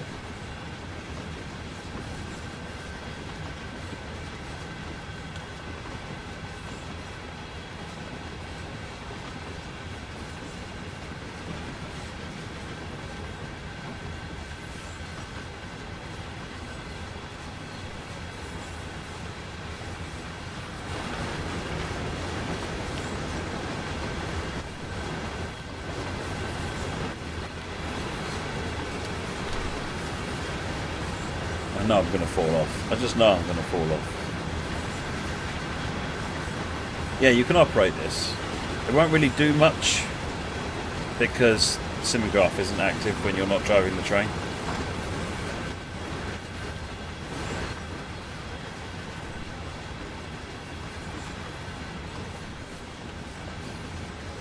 And no, you can't access the toilet.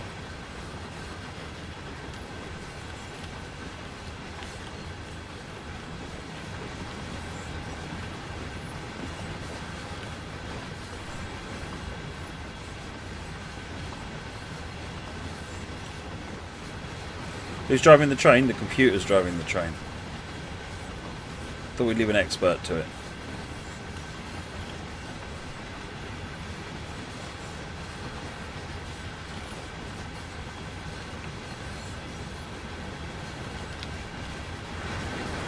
Whee! I fell off. Now, who knows about Control Zero?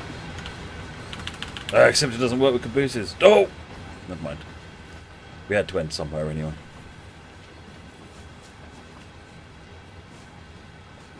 How do physics and simulation of everything work without simulgraph? It has a much, much abbreviated way of doing of just think about it as the giant hand that reaches down and pulls the model along the track. It's a bit more complicated than that, but it's not quite, it's nowhere near simulgraph level.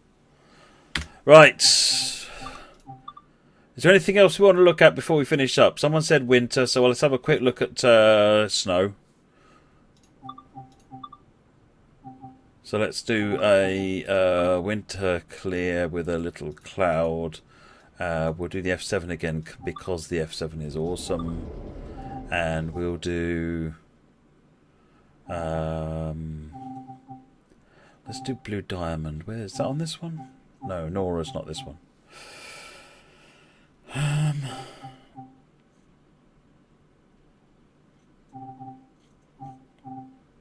Northbound Florida Perishable. Senor Snore, if you go and have a look at the beginning of the stream, I did a cold start in the tutorial. There's not a lot to it, but you can do it. It's all bright in the cab. Ow, my eyes. Right. So that's your headlight bright. Coming down here, you want your control and fuel pump. You want your generator field. You want your engine run. you probably want your number lights. Whether you do your class lights is entirely up to you. They don't really use them. Unit selector, doesn't really matter what you select to do. It doesn't do anything. I'll explain that actually in a minute. You want your transition set to series parallel. Your rotator valve needs to be in freight. And your brake cutout needs to be cut in. At that point, you are good to go. Check the junctions. And let's go.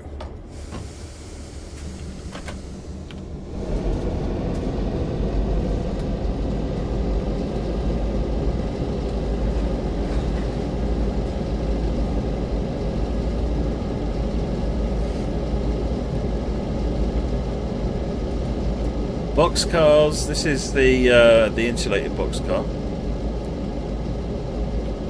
which you can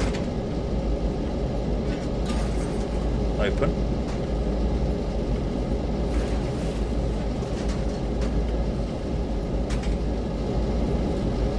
There should be a. That's coal. Oh, don't tell me there's no boxcars around here. That's just rude.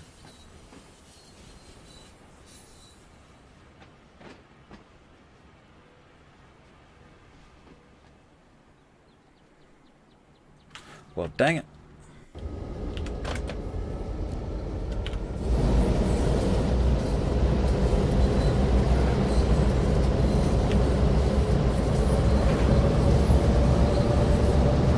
Yeah, sand works. You've got lead sand switch, I think. Where's sand? It's wipers. That's your sander.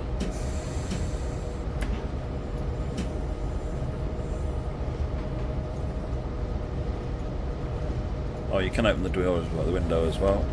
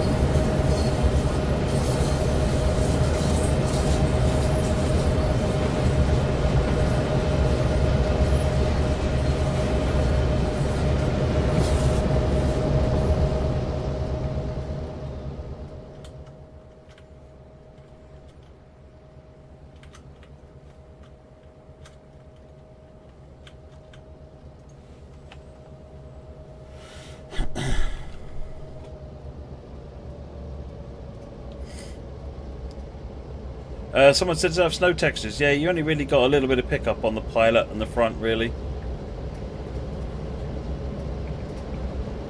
You've got to think these things are, you know, and they're on the warm side and they're generally moving. So...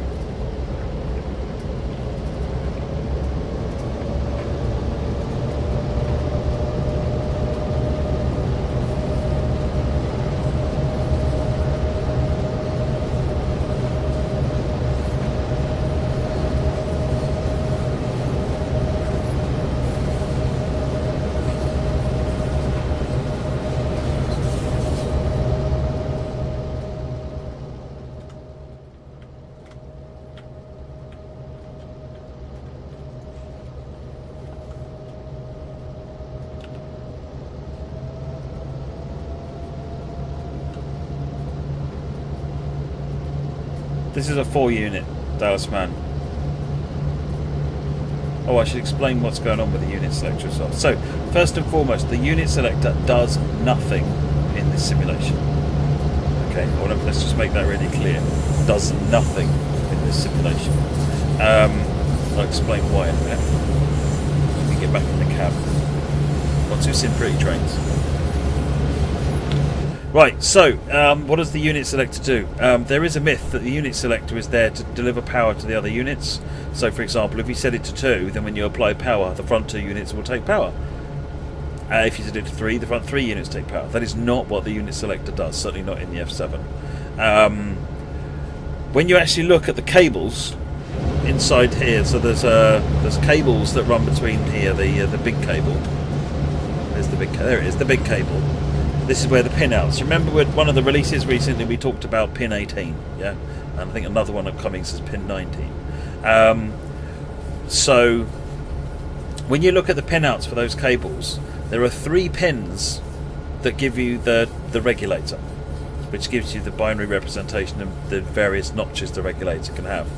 There is 1 pin for the dynamic brake, and it's a 0. It's like your voltage controller on a model railway. It's volts. It just turns volts up and down, and therein lies the problem, because the dynamic brake is this one here when you're in dynamic brake mode.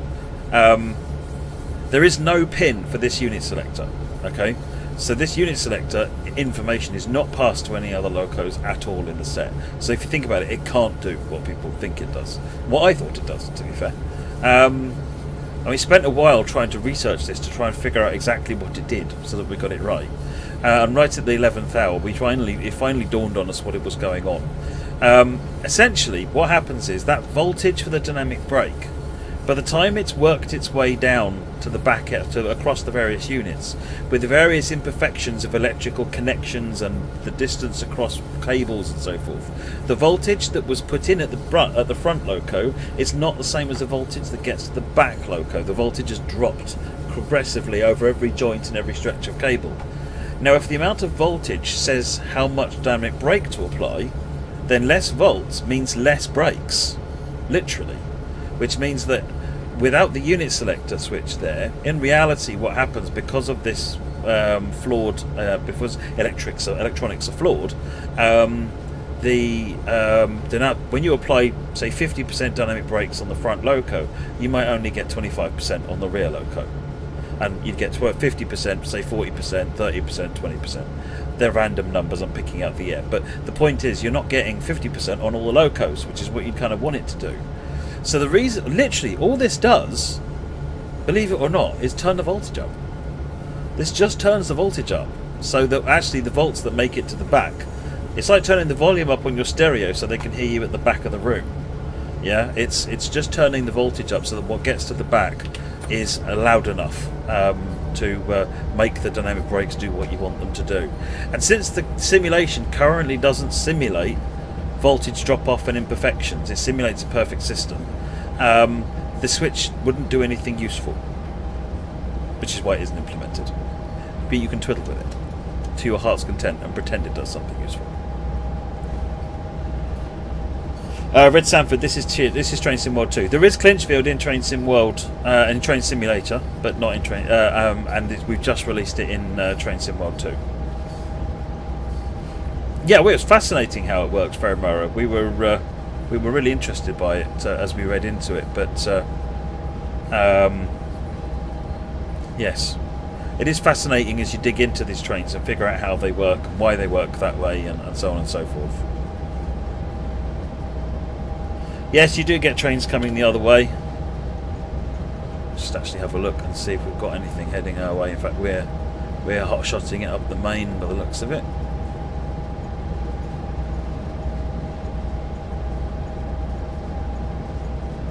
We're not passing anything anytime soon by the looks of it. No, where we're going, certainly not going that far. Right, it's going downhill. I'm going to have to switch it to dynamic brakes in a minute. What's the difference between this version compared to Train Simulator? So Train Simulator doesn't have the Fremont branch, and it doesn't have the Nora branch. It's got everything else, and it goes a little bit further south down to about here to St Paul, which is just a junction. So rather than going to St Paul and a junction which doesn't really mean much, we stopped at the main yard here at Dant and added the branch lines in to bring the coal feeds in and so forth, which felt like a good addition, and overall makes the route quite a lot longer.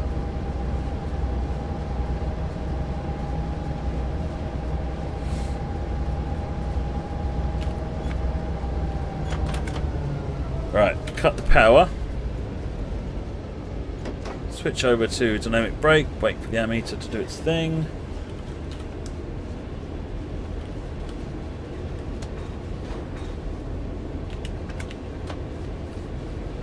That's better. Now we can start applying the throttle lever to give us dynamic brakes.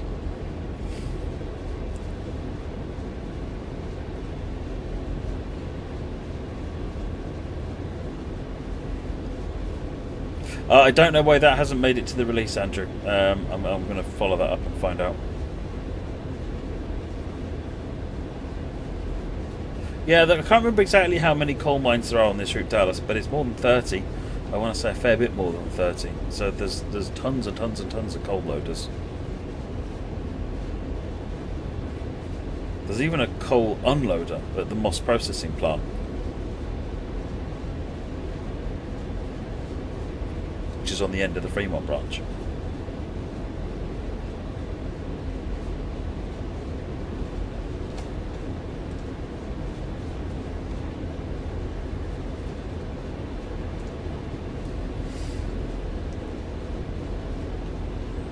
Starting to pick up a little bit more speed now, so put it on notch 3. I don't know why the notch counter doesn't work on dynamic brake, Jib Baker. That has actually already been logged internally.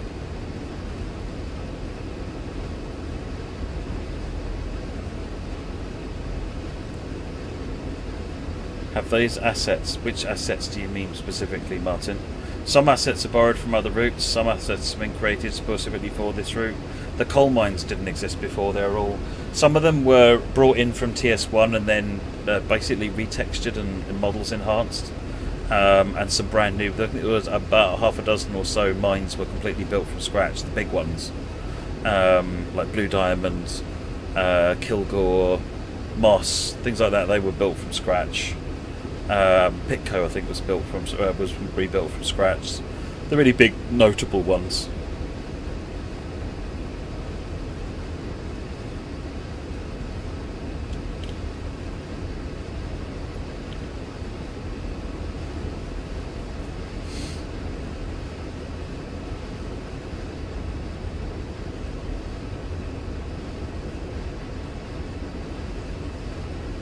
Another coal loader over there.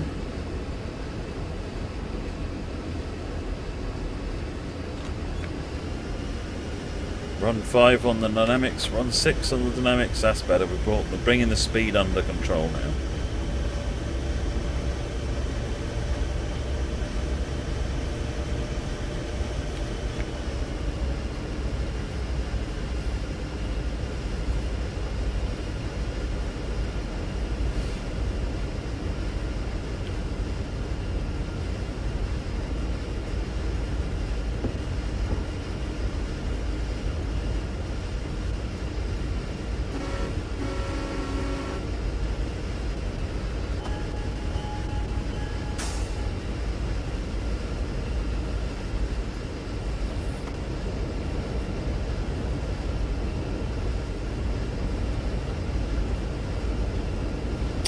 Out of all the US routes, what made this route stand out to be chosen? Sort of the interesting condensed area in which you get all of these really nice operations, and it's not just a train flies through a route, goes from yard to yard, which is interesting, but wanted to kind of do something different, and I think that was one of the main attractions for this. It was very popular in TS1, which is always a good sign, but having a route which offers different gameplay and interesting gameplay was kind of what we were actually looking for. Clinchfield happened to fit the bill really nicely.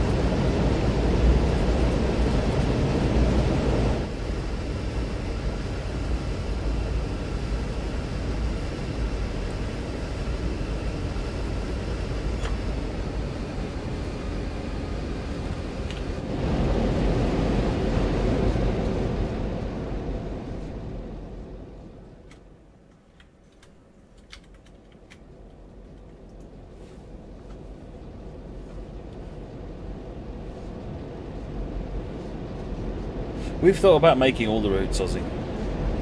It's finding the right route at the right time.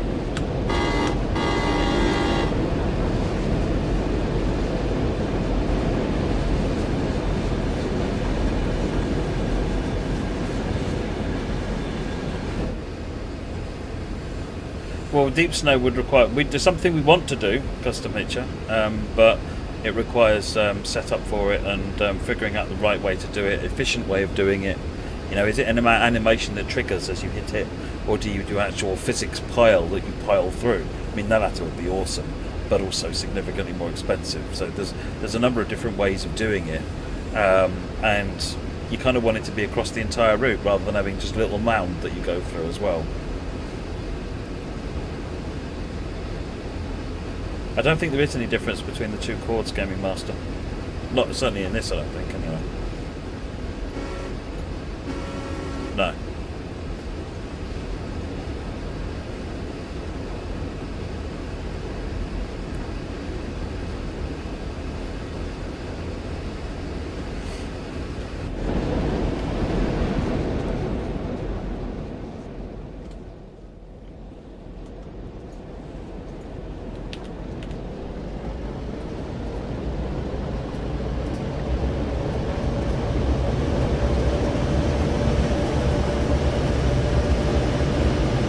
Just managing the train speed down this gradient with the dynamic brakes.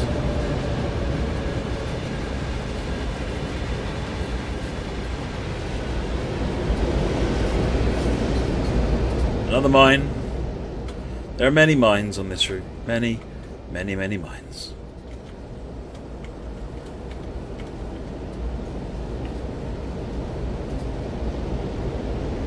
All your coal is mine.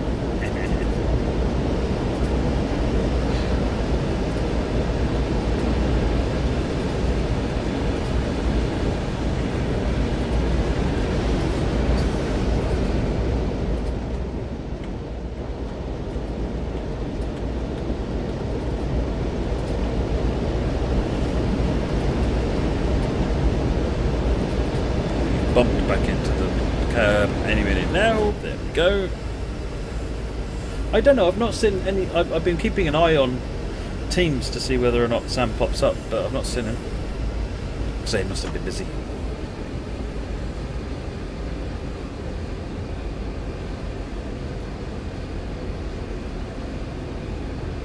Right, where are we at? We need to wrap up.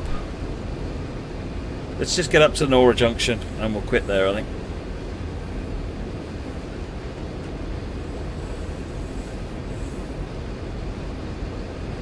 Scenario designer doesn't route you into the mines, no red leader. But if they're on the main, some of the mines are actually on the main. There's nothing. I don't think it would stop you loading the coal up.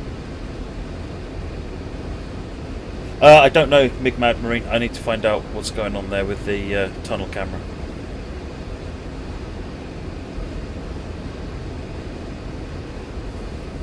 It's exactly like the near route, to be honest. That guy. There's not really any difference.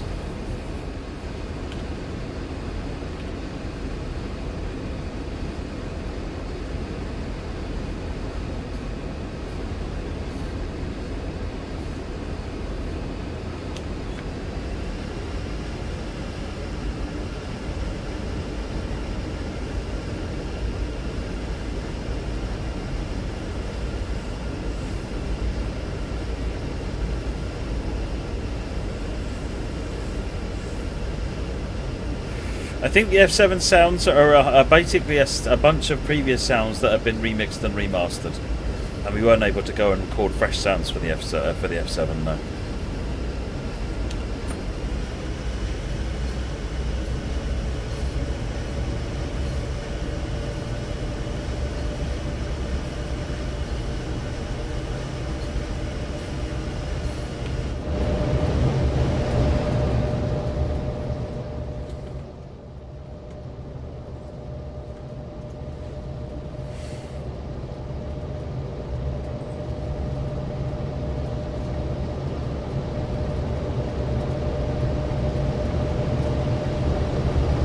There's no engine room interior, no spark runner.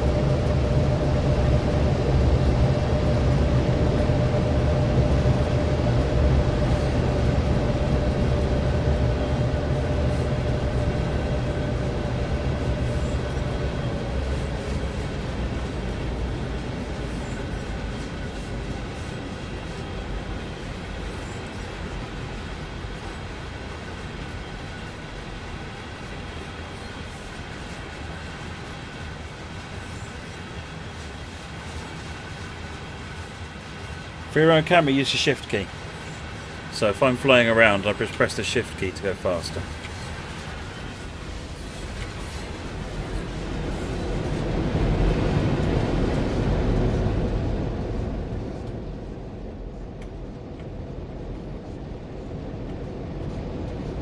Lost the train. Oh, there it is. Dang it.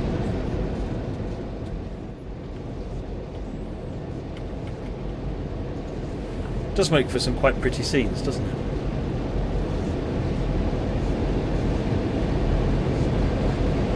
The SD40 has its original horn, unfortunately, Jacob.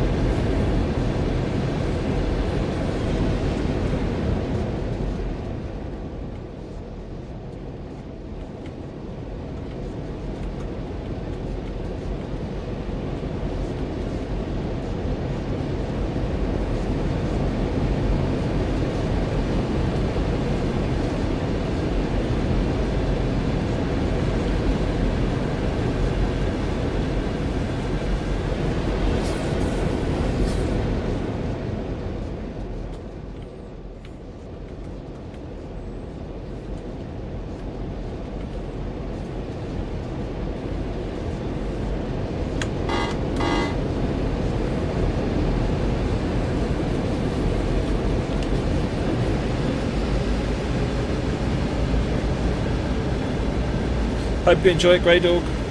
Like I said, folks, if anyone here has any problems with the route, or you got any questions, then make sure you drop a ticket either in the support system or a forum post, so that someone can help you. Distance to destination is still crow flies, yeah.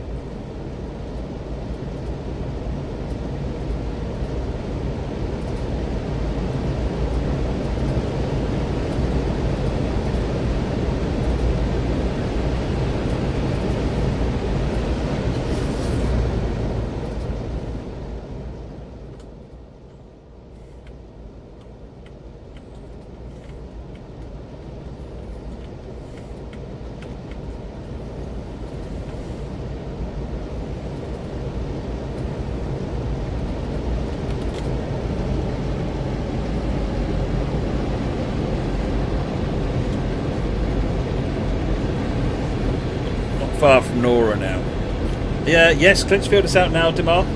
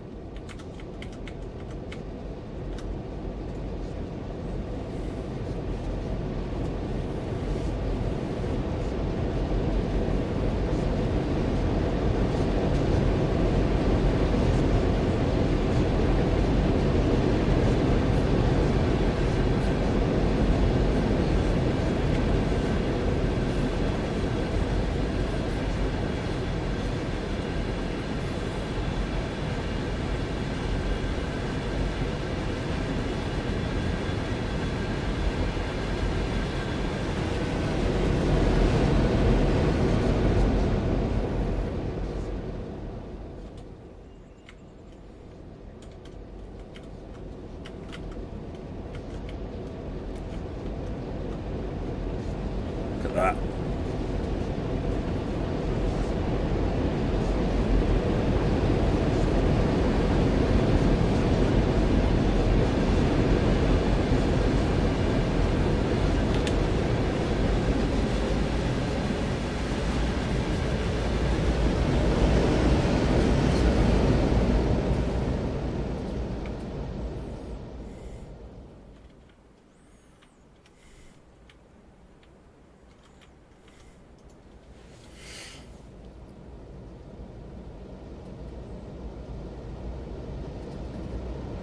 If you just press Control 0 on a camera, it will reset it, Bellabong. So if I just press Control 0 when this shot is finished, if I pressed it now, it would just reset the camera somewhere. Same for any of the cameras. If it gets stuck somewhere, I can just press Control 0 and it will pop it back to a known good place. Alright, here we go. This is Nora Junction. Dynamic brakes, first service application. less on the dynamic brakes. Let the wagons, let the cars take the strain.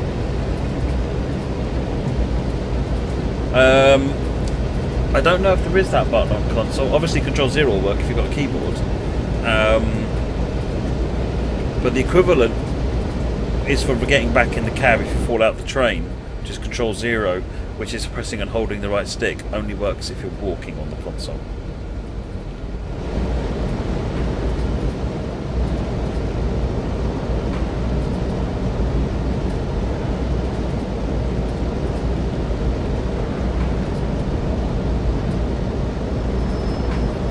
Bit more power on the brakes. Yes, it has a bell. It's this switch down here.